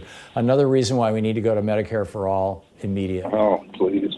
Do you think that this will kind of press the Democratic Party to move towards that? With yes, and I think that Joe Biden just today reached out to Bernie Sanders in a very, very direct way and said, "I want you involved with me in governing this country." That made my day. I mean, there's such a positive thing. I really think that step by step, I think we're going to get there. Gene, thanks for the call. Onika in Portland. Am I saying your name right? Or is it Onika? Onika. Yeah. Hi. Hi. Yes, hi. So I wanted to bring up, first, I got a couple of emails to apply for guns, saying that it would be an easy process and to do it before the laws change. And I found that to be suspicious because I actually signed something that I would never own a gun. I have ADHD, and I'm a pacifist. It's something I would never. But the gun shops here in Oregon are still open, Onika. They've been designated essential. Wow. Yeah. That tripped me out. And then another thing is that I did. My doctor suspected that I had COVID-19, which I did, and I got better. But when I requested a Z-Pack, she did not prescribe me anything. So I had to actually contact my attorney because I figured, that would make it was unethical, and that made me, a health risk to the community because I have to go out for basic essentials, and that would make me exposed. I have to be. The Z-Pack does not treat coronavirus. The Z-Pack, this is zithromycin, is what you're talking about. It's one of the quinolone antibiotics, same family, as the stuff that you use for anthrax and things like that. Cipro. It's just like super potent Cipro.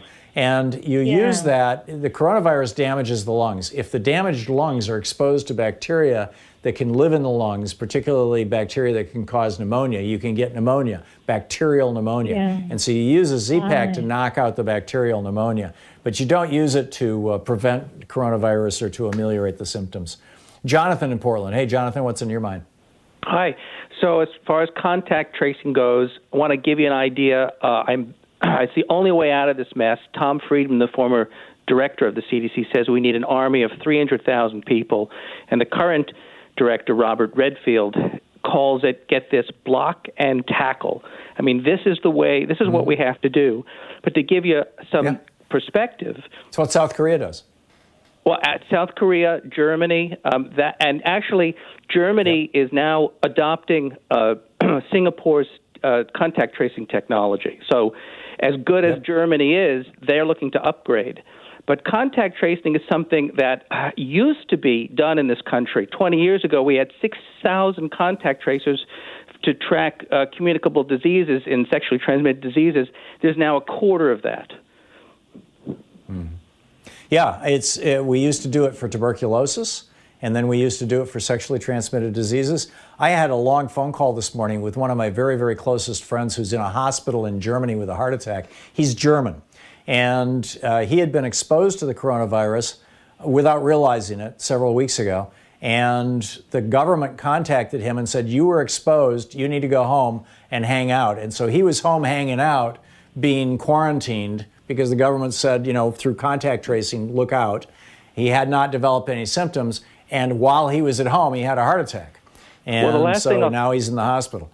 The last thing I'll say is that locally in Oregon, they stopped, the health authorities stopped giving out contact tracing numbers March 17th. They stopped doing it. They basically curled up into a ball and started sucking their thumb.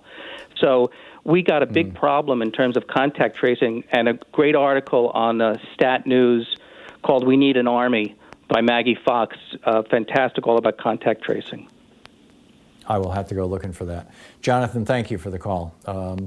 Appreciate it. Carl in Mount Vernon, Washington. Carl, we got about a half a minute. You got a quick one here? Washington, of course, has the mail-in ballots anyway, but for the 10, 15 years before that, I always ordered an absentee ballot because I would get things on the ballot that I wasn't prepared for, and that way I could look them up instead of just being lost in the in the blue there. So. Yeah, the judge races, the ballot initiatives. You're absolutely right, Carl. That's a great point. There is a huge benefit to voting by mail, whether it's called an absentee ballot or a vote by mail ballot, and that is that you get to do your research, you get to think things through. You're not just jammed into a booth. Anyhow, thanks so much for being with us today. We will be back tomorrow, same bat time, same bat place. And in the meantime, there is a lot that needs to be done. Step one, let's save the post office. 202-225-3121 is the number for your member of the House or the Senate. Let them know your thoughts. And tag You're It. Tell your friends how to find Progressive Media, too. We'll see you tomorrow. Have a great afternoon. You've been listening to Thom Hartmann. For audio and video archives, visit thomhartmann.com.